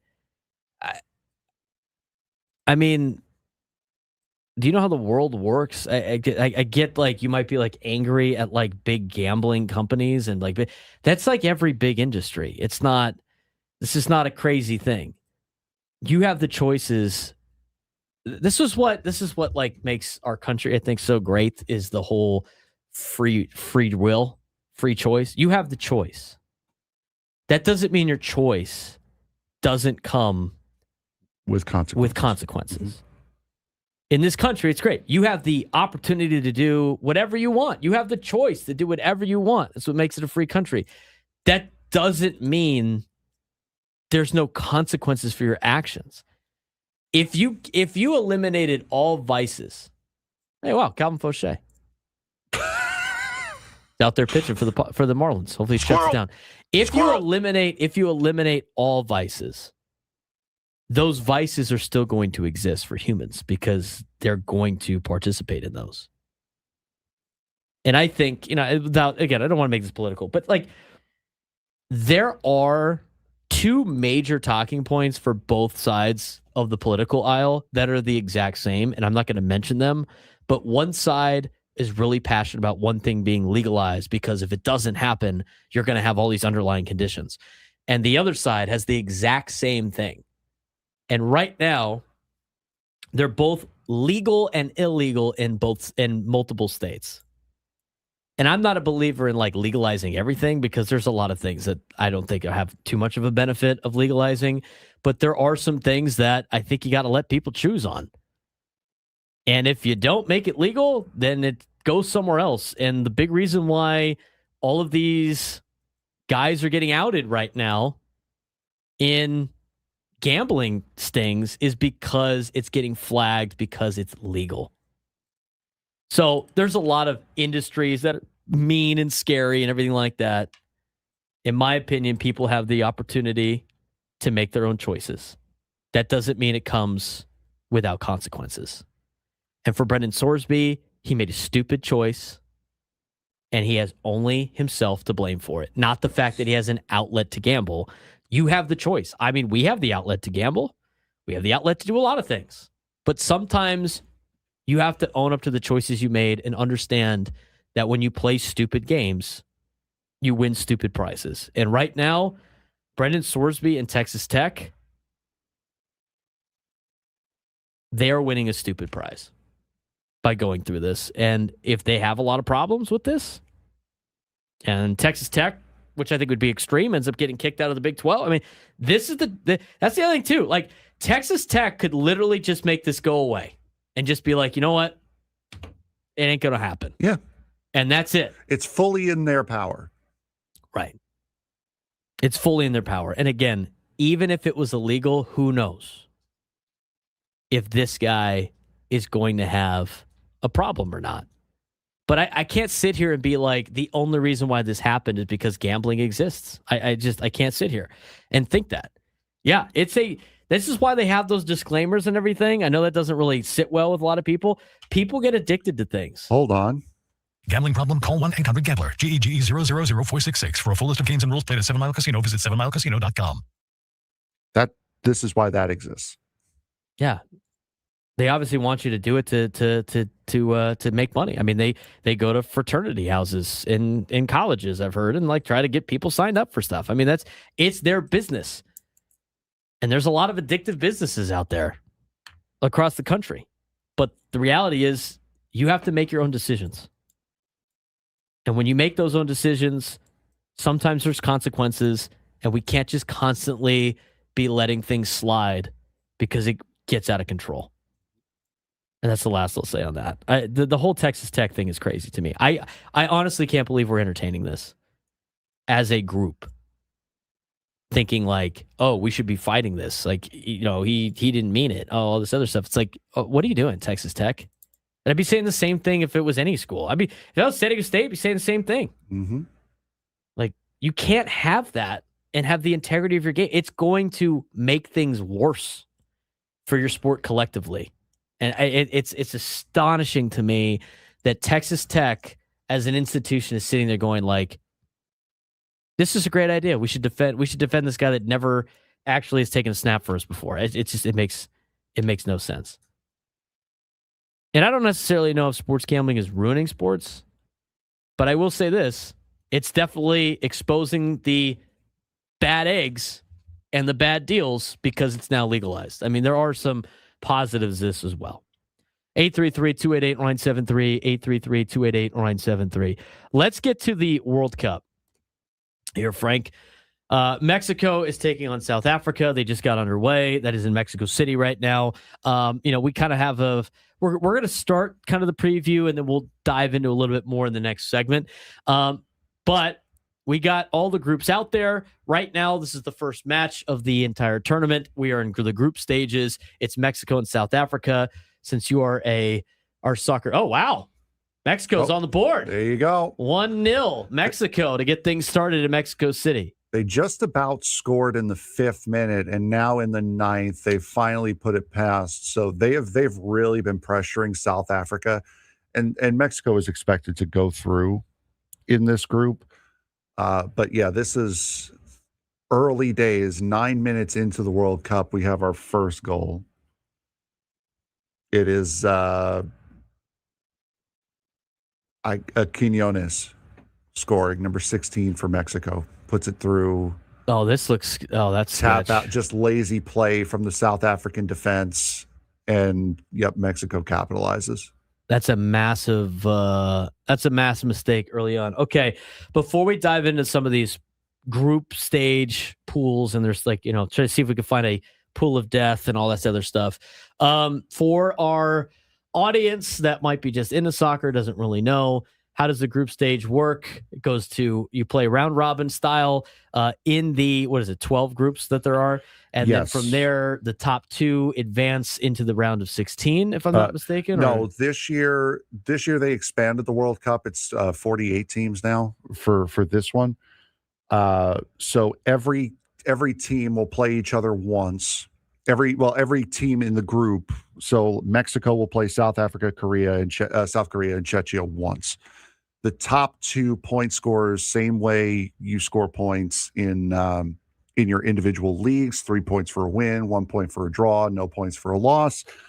The top 2 in each group will go on to the next round. And I honestly, with the way they've advanced it, I'm not sure how they're going to do it this year. But I know round of 16, round of 8, those are single elimination. But here's the deal. So with all of this, obviously, what do you get to tiebreak? What is the tiebreakers for all these? They doing goal differential. Goal differential. Yes, okay, goal so differentials. You got to make it through the pool play, and then after that, you go into the knockout rounds.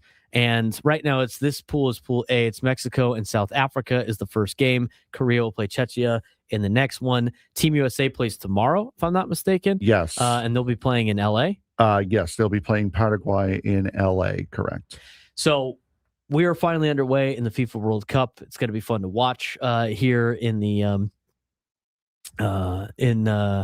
as we go along. Team USA plays tomorrow. This is the only World Cup game today, correct? If I'm not mistaken. No, or is there another one Mexico later? plays South Africa. Mexico playing South Africa right now. South Korea plays Czechia tonight at 7. Okay, and then you have 2 games then you have 2 games tomorrow. You have Canada versus Bosnia Herzegovina tomorrow at noon, and then USA Paraguay at 6.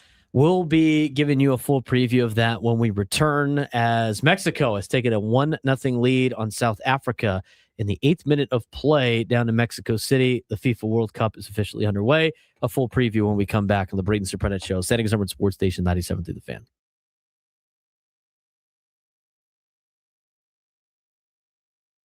Denny Hamlin just pulled off one of the most impressive wins of the NASCAR season. After winning pole at Michigan, Hamlin was forced to start dead last because of unapproved adjustments to his car. Most drivers would be fighting just to finish in the top 10. Instead, Hamlin drove all the way through the field, took the lead late, and won by more than 11 seconds. The victory was his 63rd career Cup Series victory, tying him with the late Kyle Busch for 9th on NASCAR's all-time wins list.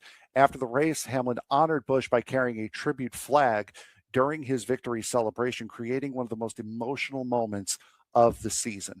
The win also tightened the championship race dramatically as Tyler Reddick suffered his first DNF of the season, cutting his points lead to Denny Hamlin from 97 points to just 51. With 11 races left before the playoffs, the championship fight is officially on, and if Hamlin keeps driving like this, the rest of the NASCAR garage should be very, very concerned. Denny Hamlin charged from last to first for the second week in a row. The biggest story of the weekend came from Michigan International Speedway, where veteran Denny Hamlin delivered one of the most impressive performances of the season.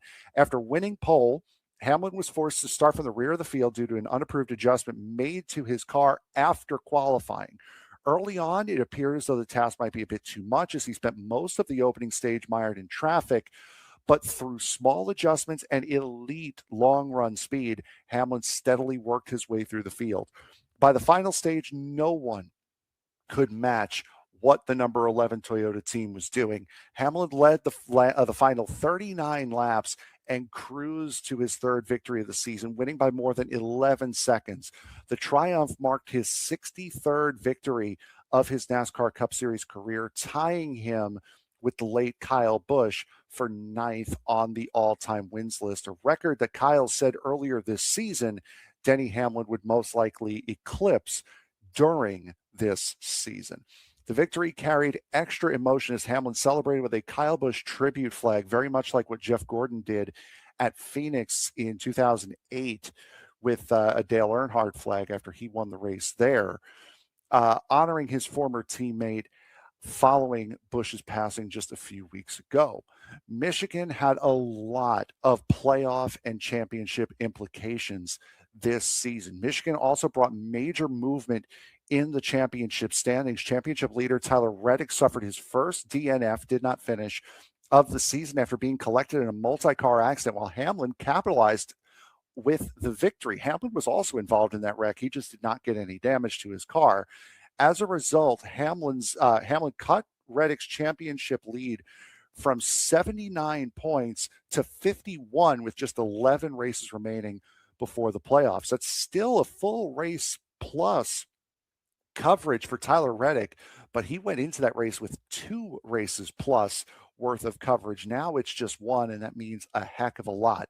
The playoff bubble is also tightening dramatically as only 26 points separate Shane Van Gisbergen in 14th place from Joey Logano, who is in 17th, making every point critical moving forward. Coming out of this race, it was a race of attrition, and you saw it early. 11 caution flags. This was the most that the track has ever seen in one race. A 20-minute red flag after a very, very hard impact by Christopher Bell and Chase Elliott with about 50 laps to go. That actually broke the safer barrier, so the red flag was to repair the damage to that barrier, pull the steel part of the wall out, and replace the styrofoam blocks behind the wall, stuff you will see coming up in San Diego in a couple of weeks.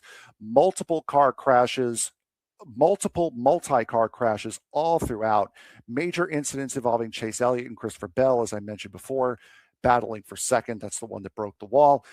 In the end, patience and experience proved to be just as important as speed. For the Craftsman Truck Series with the O'Reilly Auto Parts Series off this week, the Craftsman Truck Series, Corey Heim continued his dominant 2026 season with a dramatic victory in the Truck Series at Michigan. The reigning series champion held off teammate Caden Honeycutt in a thrilling last-lap battle, winning by just 65 hundredths of a second. So very, very close finish. The victory was Heim's 26th career win in the Craftsman Truck Series, and added yet another track to his growing list of successes. Heim has now won at 22 different racetracks in the Craftsman Truck Series, something that only Ron Hornaday Jr. can say in the series. This win comes just 1 week after Corey Heim announced that he will join the Cup Series in 2311, racing full-time for them next season. So this performance served as 12:23 on a Thursday. He's Frank Marchese. I'm Braden Surprenant. It's the Braden Surprenant Show, setting us over on Sports Station 97.3 The Fan. The FIFA World Cup is underway. Mexico has a 1-0 lead on South Africa, now in the 18th minute of play as they start Group A. Group A will continue later on tonight as South Korea will take on Czechia. This is a pretty balanced group in Group A. We're going to talk a little bit about some of these groups as we give you a World Cup preview. We'll continue this a little bit more in the 1 o'clock hour. Bob Scanlan's actually going to join us in the next segment at 12:35 before we get to Mark Neville at 1 o'clock. So it'll be a quick little preview of the World Cup here, and then we'll talk more about the groups specifically in the 1 o'clock hour. Let's ask you, I do want to ask you this, Frank, because, you know, my group chats are blowing up with the World Cup. I mean, you got the text from Hamby about him driving around, and all of a sudden he hears all these bars erupt because of the goal from Mexico. You know, this is a fun time. I'm not super into soccer. Okay, I'll watch it, but I like the World Cup. Now, the group chat is a little torn. I got two people going like, hey, I don't really care about soccer. I'm not going to watch any minute of the World Cup. Okay. I think you can even be somebody that's not super into soccer and enjoy what the World Cup has to offer. This is, I mean, if you think the Super Bowl is the biggest sporting event, allow me to introduce you to the World Cup final. There is absolutely nothing in the world that compares to the World Cup, and especially the World Cup final. you will see triple the viewership of the Super Bowl for the World Cup final. This tournament has drawn people and teams from all over the world. It gives nations hope. It also brings them to their knees. So I mean, there's no tournament like this anywhere else in the world, and the history that it has is just it's unmatched, second to none compared to any other sport. Yeah, I think it's fun. I mean, it's not that big of a deal. I mean, you don't have to, in terms of like, being a diehard soccer fan. I think everybody can appreciate the World Cup and getting all these nations together. It means it's such a big deal to a lot of countries. And, my opinion on soccer is it's not necessarily my cup of tea, if you will, but at the same time, I can appreciate the game. Yeah. And I can appreciate this large stage. And I also don't think like, I don't want to be the guy that's like, oh, well, a lot of people I like trying to jump on the soccer bandwagon and pretend to be a soccer person. But I also don't think like, I don't think you should be a hater just to be a hater, with like everybody liking the game of soccer. I just think it's the World Cup's fun. I mean, the Olympics are fun. There's a lot of those sports out there. I just find it funny by some people, like some of my friends will watch the dumbest college games. And watch like random teams play college football on a Thursday night and then be like, oh, I'll never watch the World Cup. It's kind of ridiculous to me. Chris Benitez in the chat. Yes, I do know the Champions League final draws more than the Super Bowl. I'm just saying for the casual soccer fan. And I saw a stat the other day that actually made me legitimately cry. You were in actual tears. I was in actual tears. Who said Frank isn't sensitive? Sensitive casings. Since 2002. Oh, yeah, you definitely cried. Shakira, the singer, has been featured in more World Cups than Italy has. Oh, boy. Italy has been to 3, 2002, 6 when they won in 2010. And Shakira's been in 4. I'm sorry to hear that. Yeah. Oof is right. Major oof. Yeah, that's you know what? Didn't they won it not too long ago, right? Yeah, 2006. They won in 2006. Haven't been back since. No, they went in 2010. Luis Suarez bit Giorgio Chiellini on the shoulder, knocked them out of the group stage, and then they have not been back since. And what makes it worse this year is that it was an expanded field this year, and they still couldn't get it done. Yeah. But hey, Italy won the under 17 Euros a couple weeks ago, so let's get excited for that. Sounds like Italy's hips lie then. Yeah, they do. All right, we have some time. Let's talk about Group A in particular, because that's the group that's currently going on. Obviously, being close to the border, I'm sure we got a lot of Mexico fans here in San Diego. They're off to a 1-0 start, as mentioned before. But Mexico, South Korea, Czechia, and South Africa. I mean, this feels like one of the more balanced groups in the tournament. I mean, there isn't a traditional powerhouse in this one. There are 3 teams with legitimate hopes of winning the group. Mexico has home field advantage. South Korea has some top-end talent. And Czechia Czechia should be the sleeper of this particular pool. South Africa does not look very good so far. It didn't sound like they were expected to do a lot, but a very balanced group here for Group A. Yeah, for sure. Mexico and South Korea are expected to be the 2 that come out of here. Czechia, if anything, Czechia beats South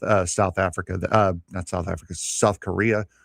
That will be the big swing in the group. So if they win that head-to-head matchup, most likely Czechia will make it. But yeah, Mexico is expected to win this group with either South Korea or Czechia taking the second spot. Yeah, Mexico. Why can Mexico win the group? They're playing at home in front of massive crowds. They won the 2025 Gold Club title. And their manager, Javier Aguirre, knows tournament soccer. Right. I mean, this is a little bit more of a group that is a veteran group. But, they have historically struggled when expectations rise. Can they make it through some of those problems that they have had, because despite appearing in 17 World Cups, they've never reached a semifinal, Frank. Mm-hmm. Yeah, no, Mexico's had an unfortunate history as far as the World Cup goes. And this also a big one for Mexico, because Memo Ochoa, this is most likely going to be his last World Cup. He's not starting in the game today. He's on the bench. He is on the roster. But this should be Memo Ochoa's last World Cup, and he has been one of the most incredible goalkeepers that Mexico has ever seen. South Korea has arguably one of the most talented rosters in Group A. How does South Korea win Group A? You have to draw against Mexico and beat Czechia and take care of business against South Africa. That's the way you're going to have to do it, and hope that Czechia gives Mexico enough of a time to where they come out of that match with a draw. Because if you win the other two and salvage a point against Mexico, that would be the way South Korea would win the group. Czechia, first World Cup appearance since 2006. They're physical, they're organized, European side, historically successful football nation. They have some guys that bring some leadership and experience. Very much a sleeper in this pool, but lack of recent World Cup experience might hurt them, especially going against countries like Mexico and South Korea. Yeah, for Czechia, you can never really count European teams out, especially when you've seen teams in their geographical location, like Croatia, having very, very strong, very deep runs into the World Cup. So there is a chance that they can get out of the group. But again, it really relies on, one, not losing to Mexico, and two, beating South Korea.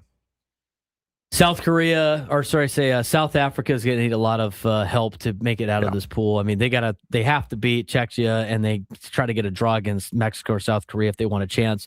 I will say this: I mean, with the expanded format, third place could be enough for some countries in there, because it's not just the top two.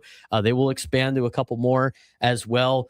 They got strong chemistry with much of the squad playing domestically in South Africa, but already, based on like the early minutes of this particular match against Mexico, they've made some pretty big mistakes. Yeah, South Africa is expected to finish last. I think this is their first World Cup since they hosted it back in 2010, and it didn't go well for them either. They opened that World Cup as well. So it's the last two trips to the World Cup they've opened it. So this is going to be a very, very tough road to hoe for South Africa. What's your Group A prediction?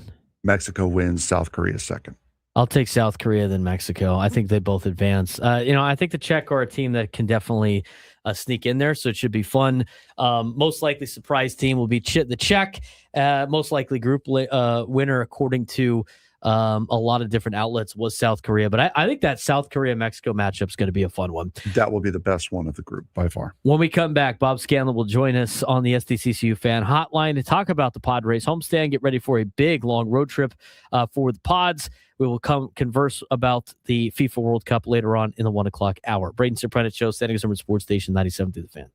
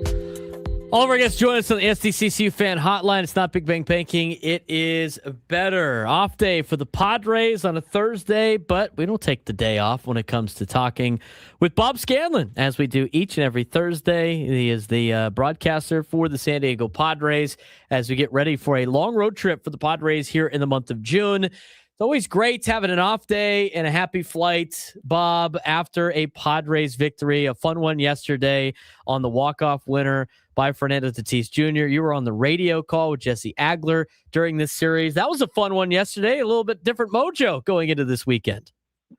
Yeah, thank goodness. Always love the happy flight before a long road trip, right, Braden?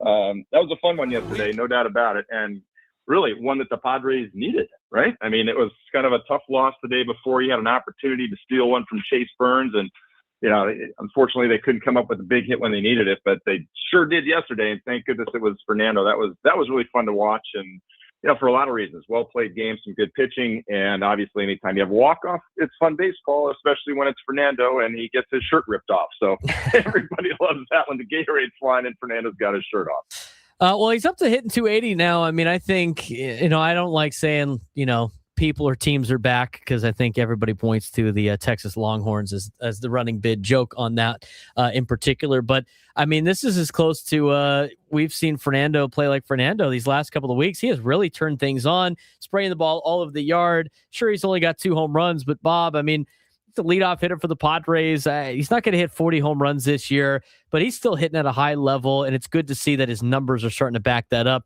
Be nice to get a little bit more of the OPS, but Fernando really seems like he's starting to settle in now in the 2026 season. Yeah, he's been fantastic for the last 3 weeks, hasn't he? I mean, he's been hitting well over 350, close to 400 in that range, depending which day you look at. And as to your point, it's not necessarily power all over the field, but it sure is base hits all over the field. And being in that leadoff spot, that's exactly what you want him to be doing, right? Hitting the ball hard, putting it in play, getting on base, setting the table for the guys behind him. The other part of it also is, Braden, and we're starting to see more of this in the last few days, is a return, I should say, because early in the season, the Padres were getting production out of the bottom part of their lineup.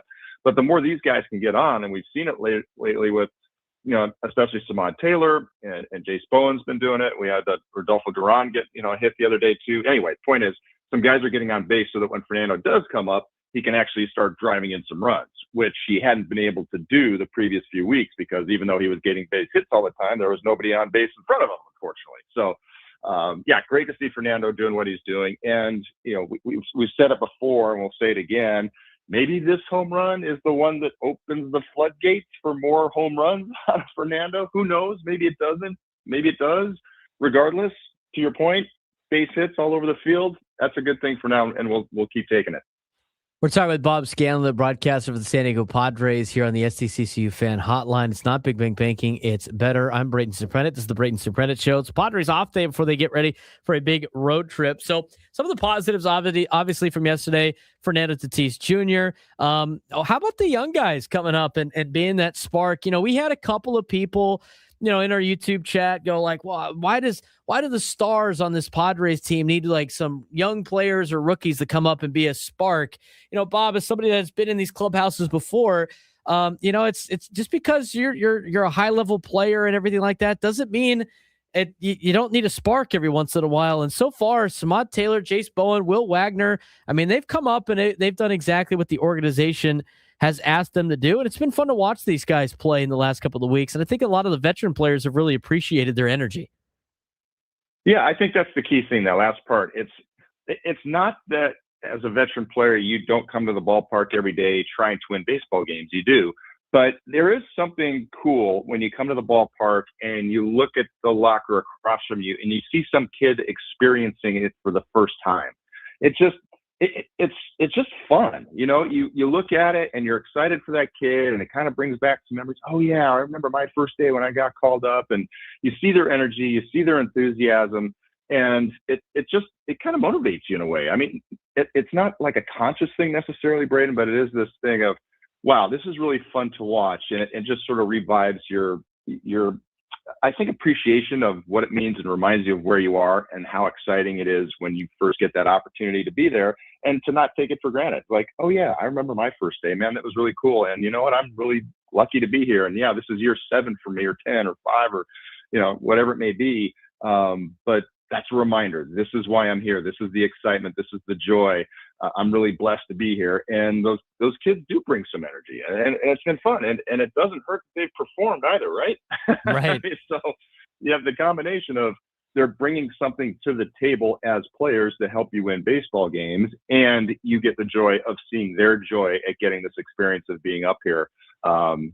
Is it the biggest deal in some, is that why you do it all the time? Do you always get that return for your money in terms of bringing up young guys? No, but having been in both cases, the young guy coming up and also the older guy seeing young guys come up, I know that it can sort of just revitalize you and remind you a little bit and just sort of freshen things up a little, along with the fact that these kids are playing some good baseball, especially Simon Taylor, who, when he came up, what did he say he was going to be? A spark plug, right? Mm-hmm. What has he been? He's been a spark plug.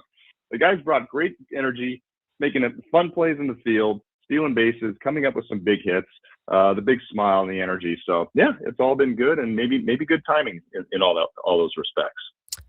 Yeah, one of the spark plugs from a couple of years ago, Jackson Merrill, obviously has established himself as a big leaguer. He signed the contract extension. He's been off to a really rough start, but he may be kind of emerging from that little bit of a slump to start the season. He's hitting .255 in his last 13 games, and he's really starting to hit the ball to the opposite field. I know you work with Tony Gwynn Jr. just like we do, and he says a lot, and I'm sure you hear this hitting philosophy a lot. It's like when things get tough, let the ball travel a little bit and start punching it the other way. Seems like Jackson Merrill's really been doing that. His last couple of games have been scorching the ball to left field. I want to say it's the beginning of maybe him climbing out of this, but we talked about him a couple of weeks ago in terms of the adjustments. It looks like he's starting to be a little bit more patient at the plate, and you might start to see him really play out of this a little bit. Yeah, they're Jackson Merrill type plate appearances, right? I mean, it's kind of what we're seeing, at least I feel like. And for me, it started, and I'm not saying this is when it actually started, but for me, it came to fruition and really hit me in the face. That last game against Phillies at Petco Park when they're facing Christopher Sanchez, and you've got this nasty lefty-lefty matchup, right? And you're thinking, oh man, this could be a rough day for Jackson, especially since he hasn't had a hit in the last 4 games. And what does he do? He lines a base hit opposite field off Sanchez on a fastball, and then later on he gets one of those nasty Sanchez changeups, and he's able to turn on that and pull it down the right field line. In other words, it was just a great approach against one of the toughest pitchers in all of Major League Baseball right now. And for me, it was kind of like, there it is. There's the Jackson Merrill that we know and love. That's the kid who knows how to control the opposite field, wears out left field, knows how to stay back on the off speed because he's so well balanced. Boom, there it is. Had a base hit the next game in Washington. 2 games later, had 3 hits on the final game against the Nats. And so you really felt like, oh, wow, it's starting to come together for him. Then things slowed down for a few games, right? He had 2 hits over the next 4 games, 5 games, like, where are we? But then the last 2 games against Cincinnati, 2 hits in each of those 2 contests, including a big triple that the Padres didn't win the game, but he was definitely in the middle of the offensive drive that the Padres had. So bottom line is, to your point, I agree. I feel like, hey, things are starting to go in the right direction for him. And it looks like he is more comfortable at the plate being who we know he is, which is able to stay back, let the ball go deep, as you were describing, and hit it opposite field. And we've seen more of that approach out of him lately. And I think that's definitely a good sign, because we all know Jackson Merrill is one of the key ingredients of this offense, not only in terms of getting the hits in the second inning, the third inning, but when he's going well, he's Mr. Clutch at the end, isn't he? Mm-hmm. I mean, isn't that the guy that we've seen, in the 8th inning, 9th inning with the game go-ahead home run, the game-tying home run, all those special moments that we saw in the first couple of years. And, so I think he's an important sort of morale booster also, and the guy that wants the game and wants the team on his back in those key clutch situations when he's going well. And it looks like he's starting to find his groove again. We're talking with Bob Scanlan, Padres broadcaster, joining us on the SDCCU fan hotline on our Thursday off day. So a lot of the positive things from yesterday are there, but, there's still a lot of underlying, issues that the Padres have. Manny Machado obviously needs to return to star level production. You probably need another left-handed bat. I mean, there's still issues with yesterday's game with the roster, but other than that, you feel a lot better about it. Interesting nugget from Kevin Acee today in the newsletter was talking about how scoring first matters. and a lot of trends in Major League Baseball. Padres are 21-7 when scoring first, but the problem is they've only scored first 28 times all season, which is the third lowest total in Major League Baseball. Their numbers in the first couple of innings in terms of their offensive numbers haven't been great. Is that something that is going to maybe adjust? Is that something you can adjust in terms of like your approach at the plate in the first couple of innings? Because I just feel like, pitchers are attacking the Padres early and they're swinging early and often. It just seems like some of these top half of the first innings are very quick for the Padres, and they don't start settling in until their second time through the rotation. What's your observation on this in terms of the Padres in the early innings compared to the mid to late innings? Yeah, it's a great question. And Braden, I'll be honest with you, but I don't have any solutions to that. I don't have an answer to that. I mean, sometimes it's not as though you're not trying to score early, right? It's so, what are you going to do? Try harder to score early? I don't know what you can really do to try to change that, to be honest with you, unless you're having foolish plate appearances where you're just going up and you're just swinging at the first thing that you see and you're giving easy outs. I don't know that that's been the case necessarily. I do know that there have been some cases where, frankly, I've been surprised at what I've seen out of opposing starting pitchers. And what I mean by that is this. Normally, I'm going through, I do all my workups and I'm watching guys and I see what their trends are, right? I see, okay, here's what this guy is featuring. Here's what he normally throws early in the ball game. Here's what he may throw later in the ball game. Here's how he attacks righties. Here's how he attacks lefties. These are the 3 or 4 main pitches that he uses. Here's a couple other pitches that he has, but really doesn't use these pitches very often, maybe only 3% of the time. So really not a weapon that you have to worry about, right? So I go into the game and I'm looking at this, and the next thing I know, I'm coming out of the second inning and I'm saying to myself or with my broadcast partners, I'm like, wow, this guy is throwing 7 cutters already here in the first 2 innings. He normally only throws 3 per game. Or, wow, this guy hasn't thrown any 4-seam fastballs over the first 2 or 3 innings. Normally, that's his number one go-to pitch that he throws 47% of the time, but we've only seen 4 of them so far here for the first 3 innings. The point is, there have been a number of times where I've been surprised at how the opposition has sort of changed their game plan. And I don't know if, now, sometimes I could go back and I could look at it and say, okay, I get why he changed his game plan, because the last 2 or 3 times, his last 2 or 3 outings, that 4-seam fastball, for example, was getting crushed. And so he felt like he needed to throw less of those because the batters are telling him that. So was it that, or was it, wow, they've got a different scouting report against the Padres that is forcing them to, or encouraging them to use their repertoire in a different way? I don't have the answers to that because I'm not over in their dugout. I'm not in their pitching reports and their scouting reports and everything. But my point is, there have been a number of times where we've seen different approaches from starting pitchers. And so it wouldn't surprise me if, as a Padre hitter, I'm thinking, man, I'm seeing something very different than what I thought I was going to see. So maybe that's some of it. If I've noticed it, I'm sure the hitters and everybody else have noticed it as well. How you defend against that, I don't have an answer, but it may explain why there's a little less production early on in some cases than you anticipate. But then later on, second time through, third time through, we're starting to see the offense do a little bit more better because they have a better idea of what that guy is trying to use and how he's using it, which is different than what you anticipated. Does that kind of make sense? It does. I'm going to ask a follow-up just, and get the Bob Scanlan, the player perspective on this. I mean, obviously, if you're looking at information like that, the Padres obviously have this information. And so if you're getting surprised by the other team's game plan, imagine if you know what the pitcher does more times than not, and that's what you're being told, and as an offense, you're like, well, this is what we're going to do. If you don't see it as a hitter, it's kind of hard to stick with that approach if you're not seeing the pitches that you're receiving from the other team starting pitcher or what have you that you were planning on going with. As a pitcher, when you have your game plan in place, but all of a sudden you're not the offense is doing things a little bit differently than you expected, how long do you stick with said game plan? How do you try to stick with it? Do you immediately change? For you, if the game plan, I wouldn't say not working, but seems to be different during the game than when you started the game, how much do you try to stick with that? And how much are you trying to make an adjustment on the fly? Because that could be an interesting piece to why maybe some of these guys are struggling offensively. Yeah, it's a great question, and it can vary, right? I mean, it can be different for each situation and for each guy, and that. So first of all, let me just throw a caveat on it. I'm not saying that that's happened a lot or all the time, sort of the difference, but I have noticed it more than I feel like I've noticed it in previous years. So, and it is a thing. And to your point, so from a pitcher's perspective, I've got to ask myself, okay, these guys aren't reacting to my pitches or chasing pitches or, being aggressive early in the count or whatever it may be, whatever I was anticipating to see and I didn't see. Is this an overall game plan by their offense as a whole, where they've come in and say, hey, Bob Scanlan, he's a sinker ball guy. We're not going to chase anything down in the zone. We're going to force this guy up in the zone.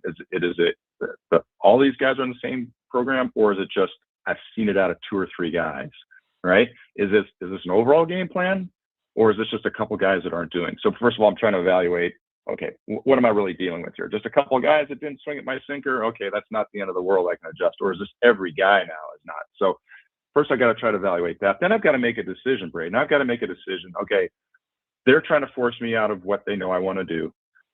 Am I able to then adapt and do something differently, which may mean going to my weakness? Is my weakness still going to be better than what, their strength in the situation? Or am I better off just sticking with what I'm doing and trying to make them succumb to what my approach is? So in other words, I'm a sinker ball guy. They're not chasing my sinker down. Do I start going with 4-seamers? I don't really have a good 4-seamer. Or do I start trying to throw some sliders to get ahead, to get ahead in the count? Do I stay down in the zone with my sinker and try to get them to swing at it? So I think you get my point. There's a lot of different variables in terms of trying to figure out what the approach is. And quite frankly, there are a lot of players that will not adjust. They will not adapt because either they can't, they don't recognize the situation, or they're afraid to, right? And there's other guys that are on the other extreme.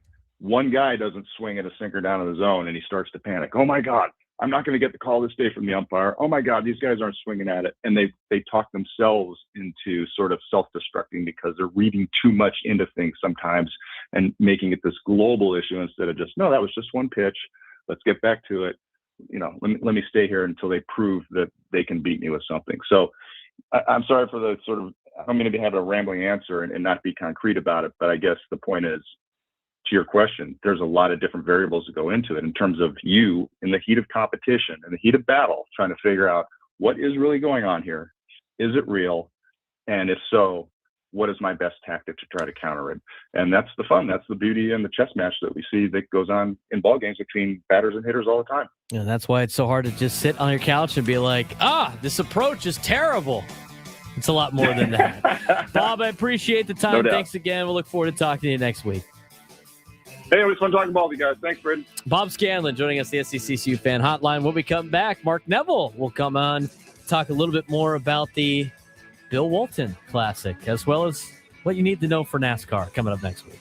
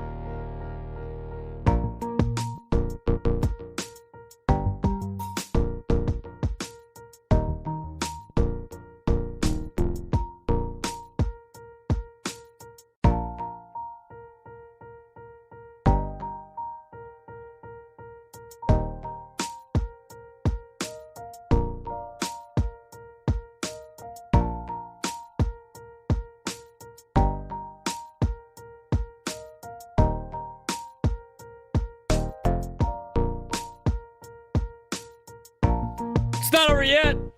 One more hour to go here on the Braden Surprenant Show. Final hour of this Thursday. We'll be back in action again tomorrow, getting you ready for Padres and Orioles, the first game of a 3-game set in Baltimore. And then tomorrow's show, I'll be off at 2 o'clock and then back on at 3:05 for the Eco Water SoCal Padres pregame show. Yay. Yeah, you get more of me. It's great. It's great. Like an hour break. I'll eat some lunch and get locked into some Padres early baseball tomorrow. Go to Chris will come up next. Follow about this gravy show. After that, World Cup obviously going on as Mexico has a 1-0 lead at halftime. But we got a lot going on in the sports world here in San Diego. We don't usually get to have Mark Neville on in almost back-to-back weeks, but we do now because of the fact I made a big announcement yesterday that involves another one of their great events that is getting thrown on by them here in the city of San Diego. We welcome on Mark Neville, CEO of the Sports San Diego, joining us on the SDCCU fan hotline. It's not Big Bang Banking, it's better. Mark, beautiful Thursday to you. What's going on? It is a beautiful Thursday, and thanks you, Braden and Frank, for having me on. It's great to have you on. It's great to talk about the local events that you guys continue to knock out of the park that bring fun sporting events here to San Diego that we get to enjoy, but also bring some tourism to San Diego as well. And you guys had a big announcement yesterday with your Bill Walton Classic that you're putting on in November. San Diego State finally has an opponent to announce. Mark, you guys announced it yesterday, but it's great to have a Big 12 school yet again coming to San Diego. Yeah, this was anticipated. When we announced this thing a while back, it was without an opponent for San Diego State's men's team. And so just as a reminder, with the National University Bill Walton Classics on November 7th at Pechanga Arena, and it is going to be the first game will be a women's game between UC San Diego and University of San Diego. And then the men's game will follow that, San Diego State. And then as anticipated, we got the Big 12 team. We got the Colorado Buffaloes coming to town. And I think it's going to be an awesome matchup for the Aztecs.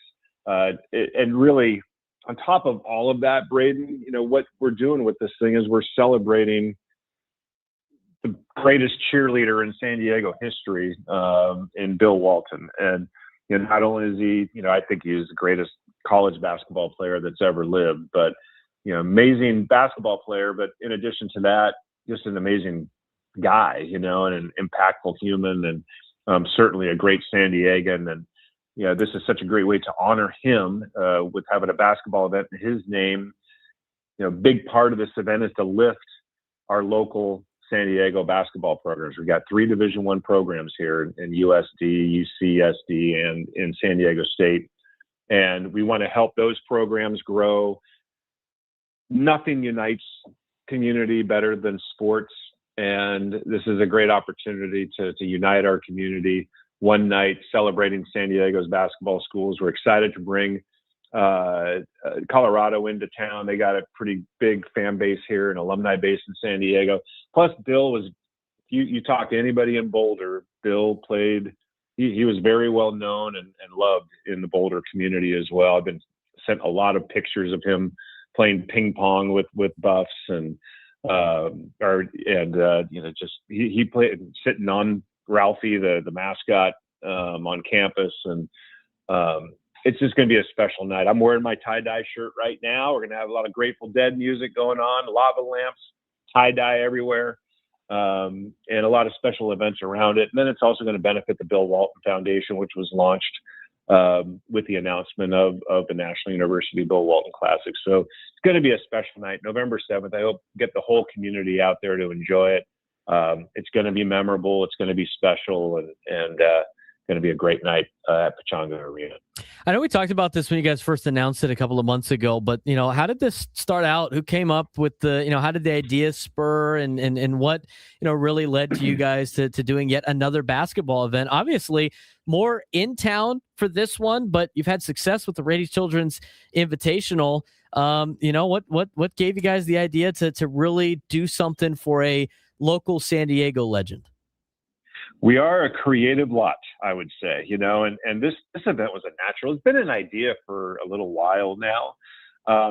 But, where it really started from also is hearing the challenges in college athletics, and how programs that aren't in the Power Four conferences, it's going to be a lot harder for them moving forward with all the amount of NIL opportunities that those Power Four schools have.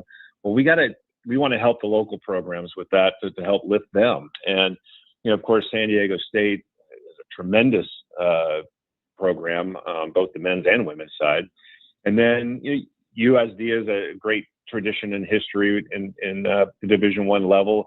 And now UC San Diego is relatively new to the Division I level. Having the women's team participate in this first year, excited about that. I'm an alum. I'm a Triton alum, and that women's program has made it to the advance to the basketball, the women's NCAA women's basketball tournament. Its first 2 years of eligibility, so they're a great program. USD, really impressed with their coach and what they have going on there with their women's program. And then we want to just lift everything, and then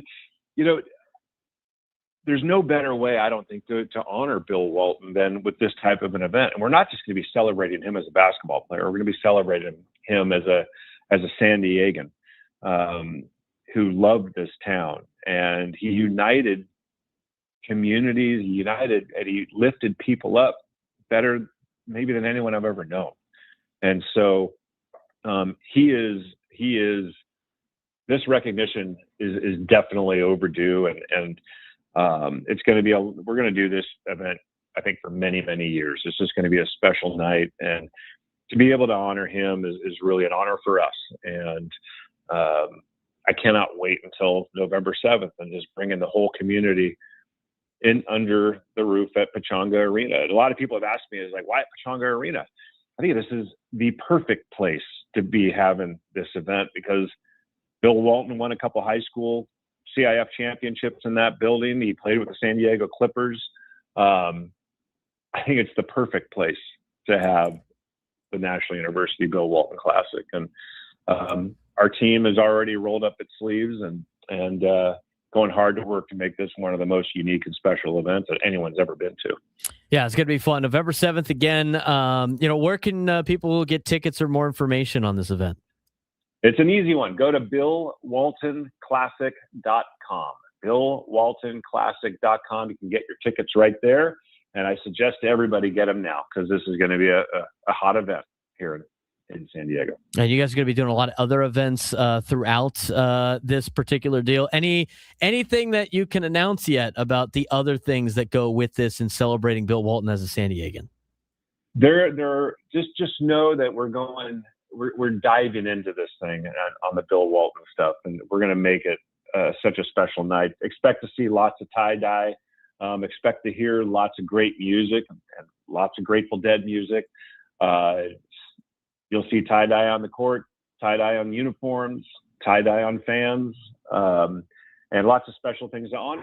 He went to Helix High School. We're going to bring Helix into this, and all the charities that he supported, they're going to come into all of this. I've been running events for 35 years now. This is going to be a special one, and one that is going to be really fun to work on and put together. So we got an incredible events group here with Sports San Diego, and it's going to be second to none, truly. Yeah, and I'm looking forward to it, and being able to see this in person. It's going to be a great time. And Mark, I will say, there's not really a time where Mark Neville's not super busy throughout San Diego, but I would imagine the summer into the fall, and then of course into the almost winter time with the Holiday Bowl. This is probably the beginning of a very busy time, and a major event is coming in 2 weeks. The one that you guys helped put together in bringing NASCAR to San Diego. It will be in Coronado next weekend on the Naval Base Coronado. Starting to get some track layouts. Some iRacing has happened for a lot of the pros. They're talking about the track. You guys are starting to set things up. But how excited are you for this event as we get closer to it? And what should people expect that have already bought tickets to the NASCAR San Diego weekend? Well, first of all, I'd say expect it to be really loud. So get some earplugs. That's for sure. No, this is an event that I don't think San Diego has any idea what's coming their way. As a lifelong race fan, I have an idea, but doing it out here on the base is going to be so unique. Back in 1997, and a big reason why the event is being held out of the base in Coronado, in 97, the Holiday Bowl started a vintage car race that was called the Coronado Classic Speed Festival. And it was run out there, and that was kind of the impetus for sharing that idea with NASCAR. And I'll never forget, a couple of years ago, we took some NASCAR folks. We couldn't get access to the base on one day when they were here. So we took them up to Cabrillo National Monument and showed them where we did it. It was a beautiful day. There was even snow in the mountains. See the Coronado Islands and the bridge, and the ocean just looked beautiful.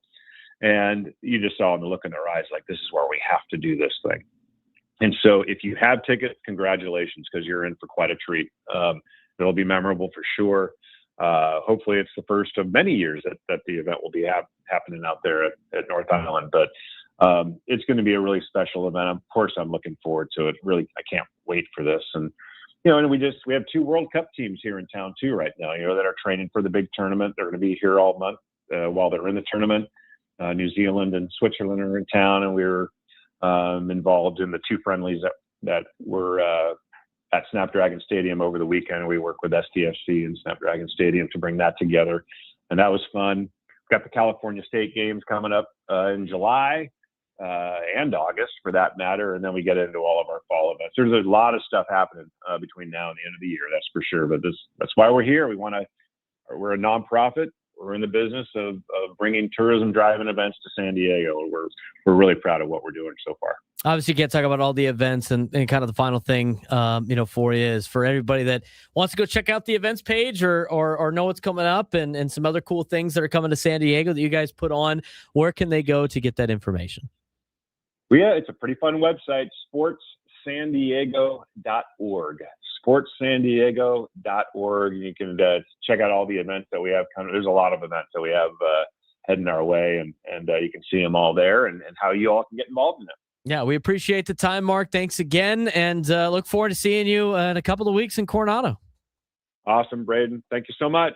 Thank you. Mark Neville joining us on the SDCCU Fan Hotline. He's the CEO of Sports San Diego. And again, the events that they put on here in San Diego, it's one thing to have sporting events here in San Diego that involve your teams. It's another thing to have neutral site things here in San Diego, but they make everything a party and everything's fun. Like the Holiday Bowl, they do all these fun events throughout town. I think they do a great job of showcasing our city. And, say what you want about like the NASCAR, right, coming to San Diego, and hopefully it's multiple years in a row. I can't wait to see what it looks like. But when we have these events, it's not just the tourism from the actual event. It's the nonstop, I wouldn't say free advertising, but nonstop advertising with the scenic views coming in. I mean, you're now showcasing San Diego to a whole different audience with NASCAR San Diego. It's going to be awesome. And based on just the race itself, it's one thing to show scenics, Frank, but you did the iRacing of the track. I'm sure the camera angles are relatively close to what it's going to look like on TV.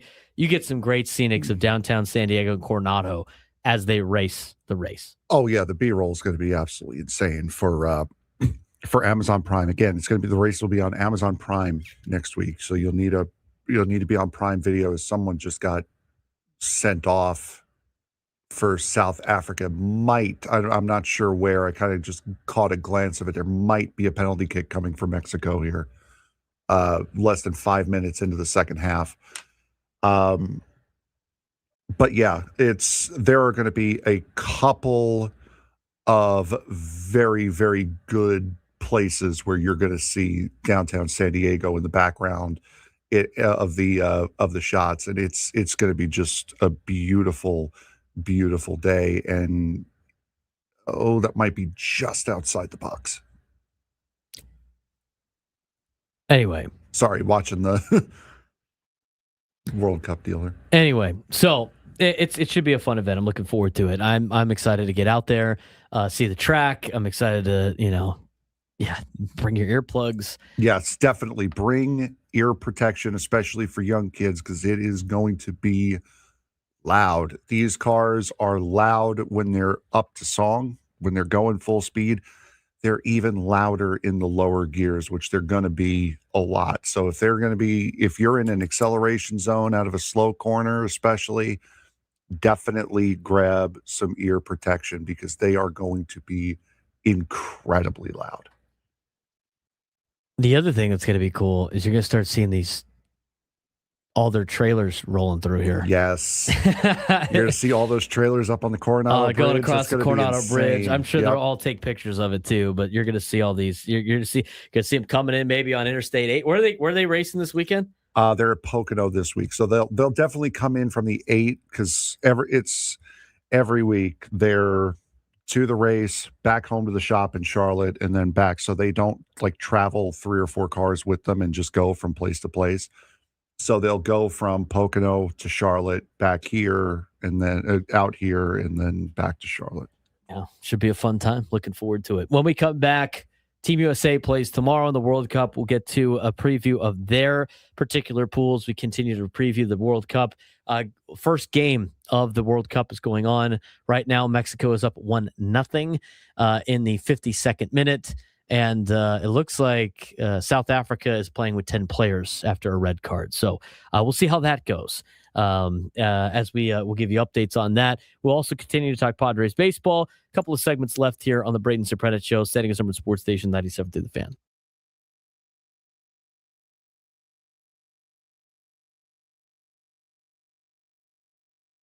The New York Knicks are now just 2 wins away from their first NBA title in 53 years. After stealing both games in San Antonio, the Knicks are headed back to Madison Square Garden with a 2-0 series lead over Victor Wembanyama and the San Antonio Spurs. Game 1 featured another clutch takeover from Jalen Brunson, who scored 30 points and led a comeback from 14 down.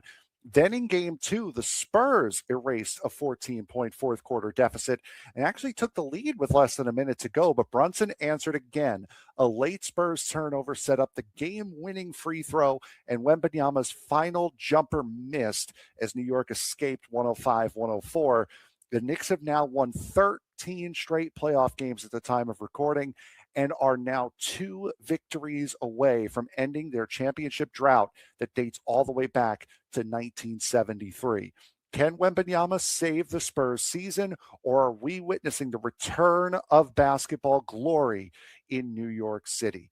Game 3 at Madison Square Garden set for tonight at the time of recording. The 2026 NBA Finals have delivered drama, heartbreak, and history through the first 2 games. And right now, the biggest story in basketball is pretty simple. The New York Knickerbockers are 2 wins away from ending a 53-year championship drought. After storming through the Eastern Conference with an 11-game playoff winning streak, the Knicks traveled to San Antonio and did something that no team has ever done before, and that is win the first 2 games of the NBA Finals against the San Antonio Spurs on the road. Now the series shifts to Madison Square Garden at the time of recording, with the New York Knicks holding a commanding 2-0 series lead. In Game 1, it looked like it was headed San Antonio's way. The Spurs built a 14-point second-half lead behind the brilliance of Victor Wembanyama, but the New York Knicks never panicked. They did this before in the Eastern Conference Final. Led by Jalen Brunson, the Knicks mounted another comeback. Something has become a theme for them throughout this postseason. Brunson scored 30, including 13 points in the fourth quarter, while Karl-Anthony Towns added 18 and 12 boards.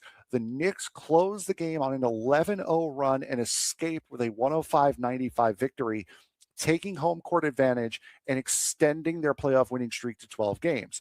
For San Antonio, Victor Wembanyama finished with 26 and 12 boards, but he shot just 6 for 21 from the field, and afterwards took responsibility for the loss, saying simply, "I was bad tonight." And that was a big part of why San Antonio lost that game Victor Wembanyama shooting from the field. Game 2, if game 1 was painful for San Antonio, game 2 was downright heartbreaking. The Spurs trailed in the fourth quarter by 14 points, but they came all the way back this time. Wembanyama delivered a huge three-point play with less than a minute to go to give San Antonio a 104-102 lead, and it appeared as though the momentum had finally swung, but then Jalen Brunson did it again. The Knicks star tied the game and then capitalized on a late Spurs turnover and calmly knocked down the go-ahead free throw with 9.5 seconds remaining. He missed the second free throw. Wembanyama had one final chance to win it, but the jumper bounced off the rim, and the Knicks win the game 105-104. New York became only the third team in NBA history to open the finals with the first 2 games on the road and win both of those games. They are on a huge, huge run right now. These finals have featured 2 organizations that have had very, very different journeys to get to this point. For New York, it's a dream run. The Knicks swept Cleveland in the Eastern Conference Final and enter Game 3, riding a 13-game playoff winning streak, the second longest such streak in NBA history. Jalen Brunson continues building a legacy, a legendary postseason resume, while Karl Anthony Towns, Mikal Bridges, and OG Anunoby have all delivered major contributions. And also Kyle Hart has also played a very, very big role, and Mitchell Robinson as well, playing with that broken pinky. Meanwhile, San Antonio's path has been remarkable in its own right. The Spurs dethroned the defending champion Oklahoma City Thunder. In 7 games during the Western Conference Finals, Wembanyama averaged more than 27 points per game in that series and led one of the youngest final teams ever assembled. But after an emotional Game 7 victory over the Thunder, some wondered if the Spurs might suffer an emotional letdown as they enter the finals. And through 2 games, those concerns might have just been very, very legitimate. Moving forward, can San Antonio recover? The good news for the Spurs is that neither game was a blowout. Game 1 slipped away, and Game 2 literally came down to the final possession.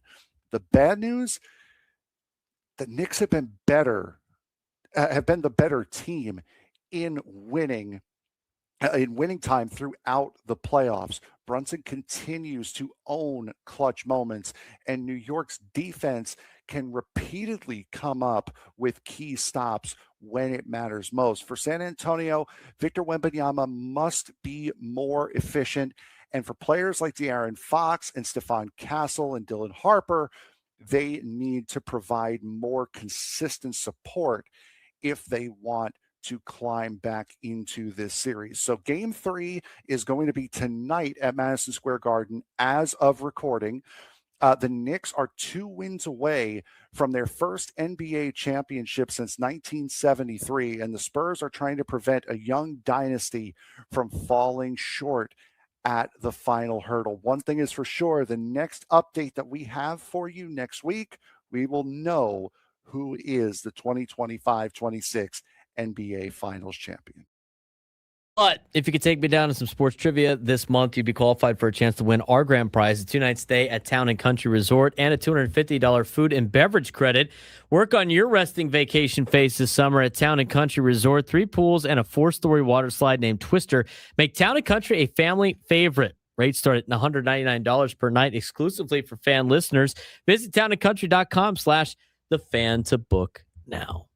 All right, let's talk a little bit about this next group, and we're going to talk about Group D, and then we'll overall talk about this World Cup, and maybe we'll look through some of the groups that you think are going to be fun to watch. And you mentioned to me during the break, couple of games here the next couple of days, and then 4 games a day. What is the schedule like for the next couple of days for people that want to get locked into the World Cup? So again, right now you're in the 60th minute. You got a half hour to go between Mexico and South Africa. Mexico leading 1-0. South Africa got a red card within the first 5 minutes of the second half, so they are down to 10 men. Later tonight on FS1, South Korea will be playing Czechia. That will be the final game of the day. Right now, right now they're in Mexico City, I believe, where Club America plays at Mexico City. And then tonight's matchup will be in Guadalajara. Then tomorrow, to get the other two host nations highlighted, at noon on Fox will be Canada versus Bosnia-Herzegovina. That will be that'll be up in Toronto. And then the U.S. will play Paraguay at 6 p.m. tomorrow at SoFi Stadium in Inglewood. So then all the host nations are done and highlighted, ready to go.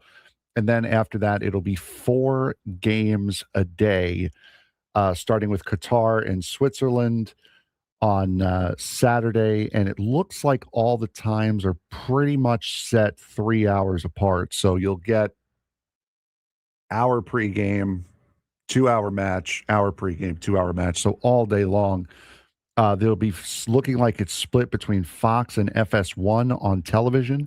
You can also see all of the matches on Telemundo and Peacock as well. Let's talk about Group D. Group D has Team USA, Turkey, Paraguay, and Australia. This is a pretty tough group, Frank. I mean, Yes. Team USA did not get like an easy path to the knockout rounds. I mean, outside of the traditional group of death, every team has a realistic path to the round of 32 here out of this group. But let's focus on Team USA and why they can win the group. I mean, obviously, the biggest thing is they got home field advantage for whatever that's worth, but that usually helps a lot of host nations. It does, especially when they're kind of like one of those tweener borderline teams. Now, they have a bunch of young players. Giovanni Reyna is 23 years old. Weston McKennie played in the World Cup in Qatar in 2022. Malik Tillman is 24 years old. Timothy Weah is 26. He also played in the World Cup in 2022. Anchored by Christian Pulisic, who has spent time in MLS, is now a part of AC Milan in the Italian Serie A. So the 2022 World Cup, as it was built up for Team USA, it was a club that was getting World Cup experience for this year. It was a very, very young squad. Weah was 22. McKinney was 23.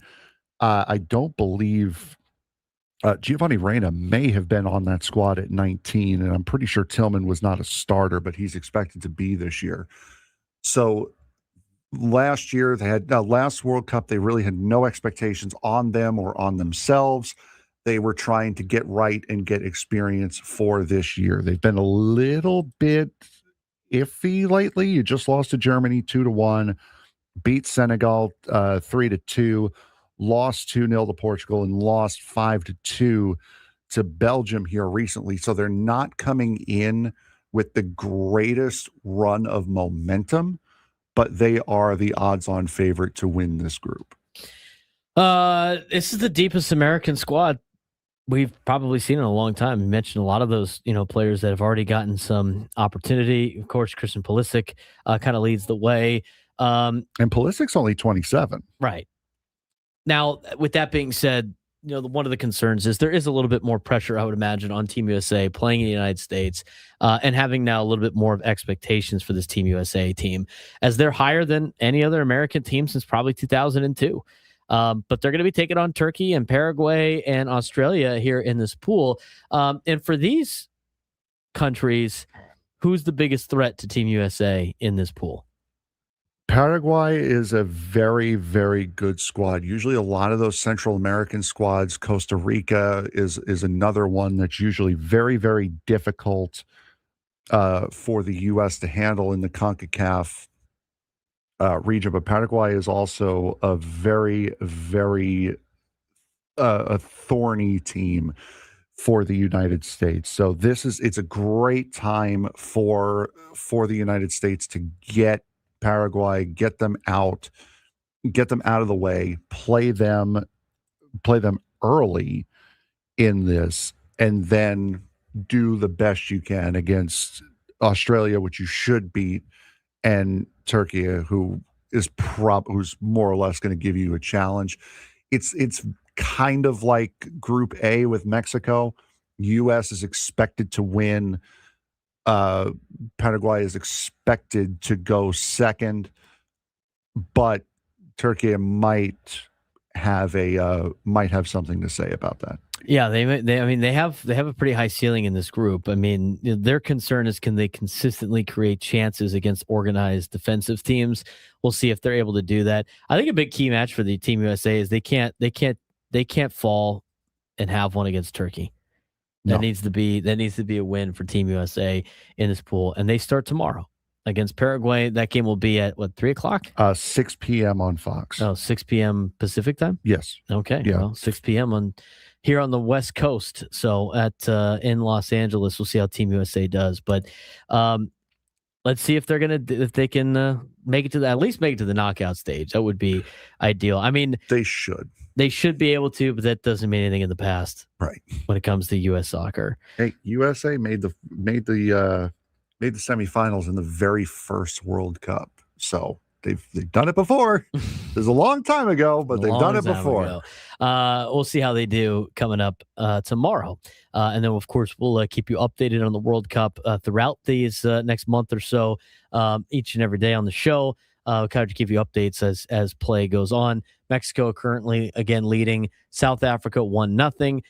They have South Africa's down to 10 players as they get to the 63rd minute in action. When we come back to baseball, there's some news and notes around Major League Baseball from last week that we haven't gotten to yet, as well as some other things that involve the Padres and what Joey Votto said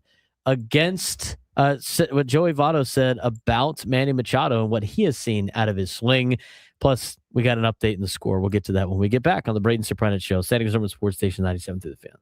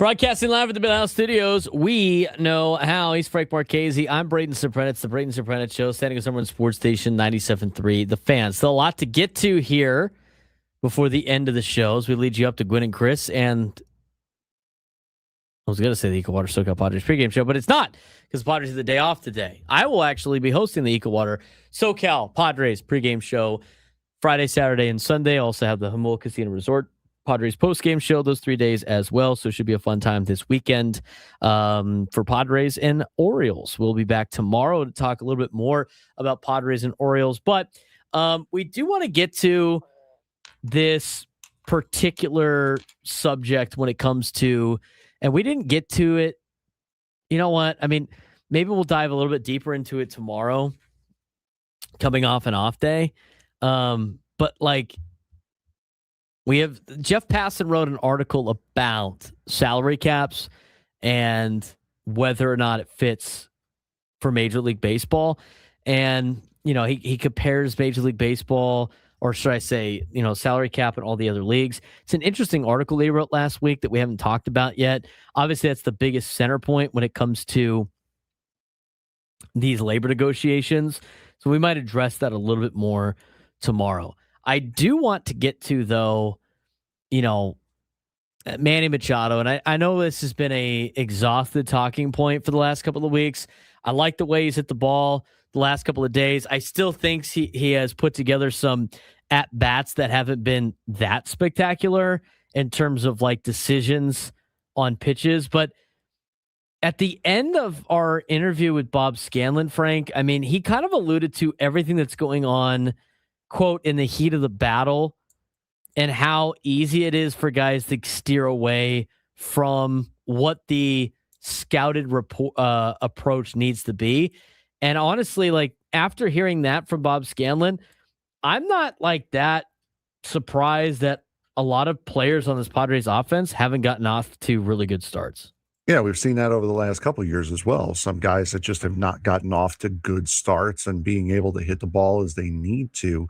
So, yeah, I mean, it depends on how stuck in your ways you are and how well and how quickly you can adjust when something that is not expected happens and starts to come your way. I mean, we talked about it from a pitching standpoint, but if you like relate that back to a hitter standpoint, the fact that Bob Scanlan, and you know, this is just, I'm just saying in general, but kind of talked about it with Mark Grant yesterday too in the press box. Kind of, but like the fact that the color analyst for either TV or radio, also sideline reporter, has, you know, his own scouting reports and is going after a couple of innings. And I mean, Bob brought this up, and this is not to say it happens almost every single time, but he has noticed it a lot more this year than in previous years of this starting pitcher throws a lot of this pitch and not as much as this pitch, and all of a sudden it's drastically different by the time they play the Padres. I think is interesting for a couple of different reasons. One, what do they see in Padres hitters that they change how they pitch? And number two, it's how do you stick to an approach and a game plan if what you're expecting them to do, they don't actually do? That becomes very difficult. I mean, I'll say it from this perspective, and this is just the perspective that I have as a coach, which makes things difficult when you prepare for teams. But when a team does things a lot and they become tendencies, and you prepare for those tendencies, and then they don't do anything from their tendencies, it makes things like very difficult. Now, why teams wouldn't do that all the time is because they want to be consistent and be able to execute what they do well. And if you do things the right way, it doesn't really matter if the other team knows what you're doing or not. So from that perspective, that's why teams like to be good at what they're good at. And you don't want to like reinvent the wheel all the time. But what I find interesting here, it's like Bob Scanlan is going through the broadcast, and he said, again, not every time, but he has noticed it a lot more this year, and going, wow, this starting pitcher isn't doing anything that he usually does. Now, he didn't specifically say like, oh, this guy doesn't throw fastballs and now he's throwing fastballs because of the fact that the Padres, and they've seen a lot of fastballs, have done okay against them. They've had players that have done really well, and they've had players that do not so well against the fastball. He didn't say that specifically, but don't you find it weird, Frank, that like maybe a lot of other teams are not sticking with what they usually do against the Padres? Or is it just maybe an anomaly that happens to be the Padres when they do this, and they're actually doing this a lot more? I found those comments to be very interesting from Bob when it comes to the specifically how the offense is getting attacked. No, they certainly are. And again, one thing we definitely did talk with Mark Grant about yesterday was, sometimes you just don't have a feel for a pitch. Like if I'm predominantly a slider pitcher and I don't have the feel for my slider, or I'm just not locating it, I'm not going to throw it as much because I don't have the confidence and I don't have the reliability. So it's not necessarily I wouldn't say it's always, at least, a conscious thing of, okay, we do this way too much against this one certain team. We really need to change it up. And it might also just be a product of what the pitcher is most comfortable with on that day and what pitches he has compared to what he doesn't.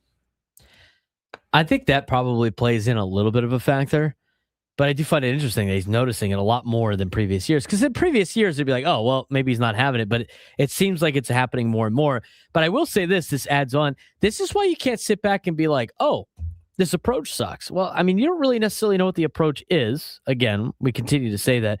And on top of that, though, Frank, how do you stick to a game plan of, hey, we want you to spit on this pitch and then swing at this pitch. But if you never get that pitch, what are you going to do? Just sit up there with your bat on your shoulder?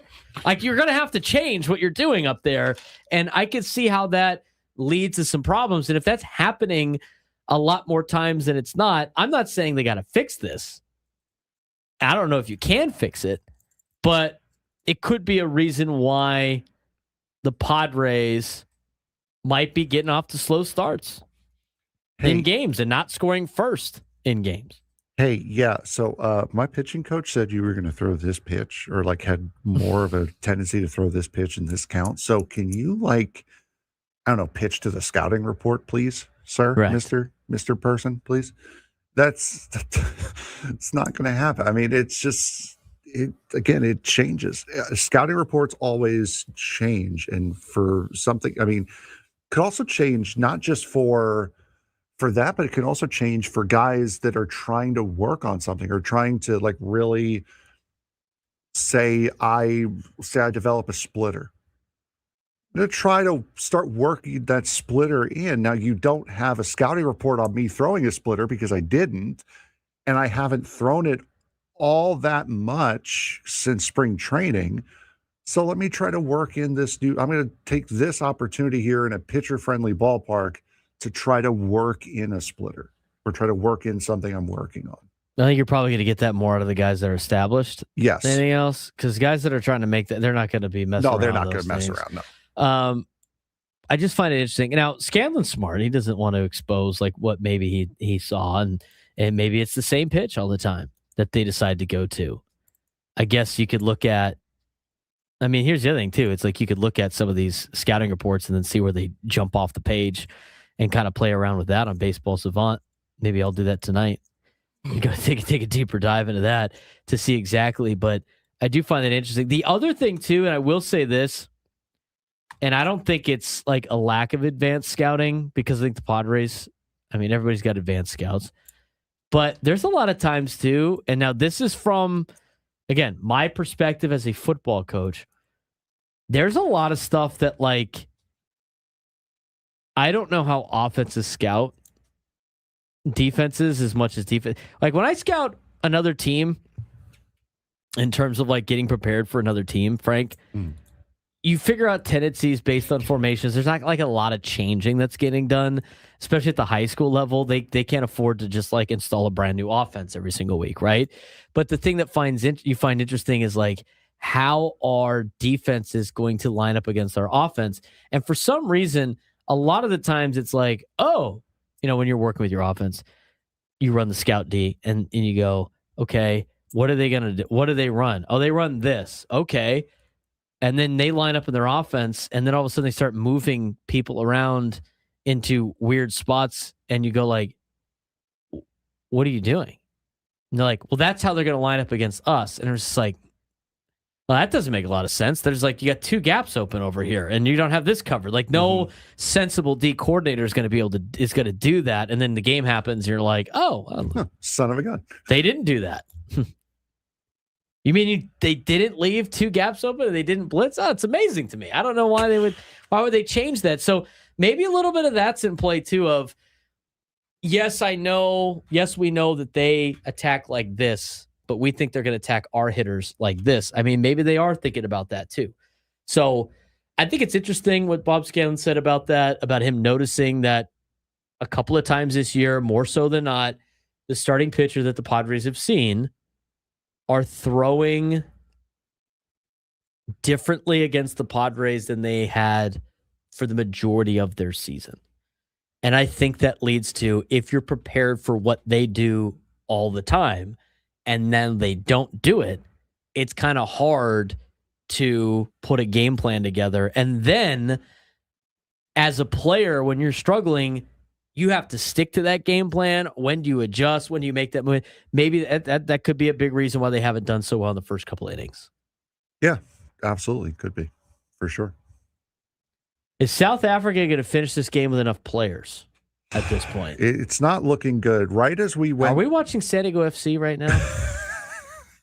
Right before we went to break, like literally as we were going to break, as Braden was throwing to break, Raul Jimenez scored for Mexico, making it 2-0. And now South Africa is down to 9 men as they just got another red card. And I believe those 2 players are suspended for the next match now.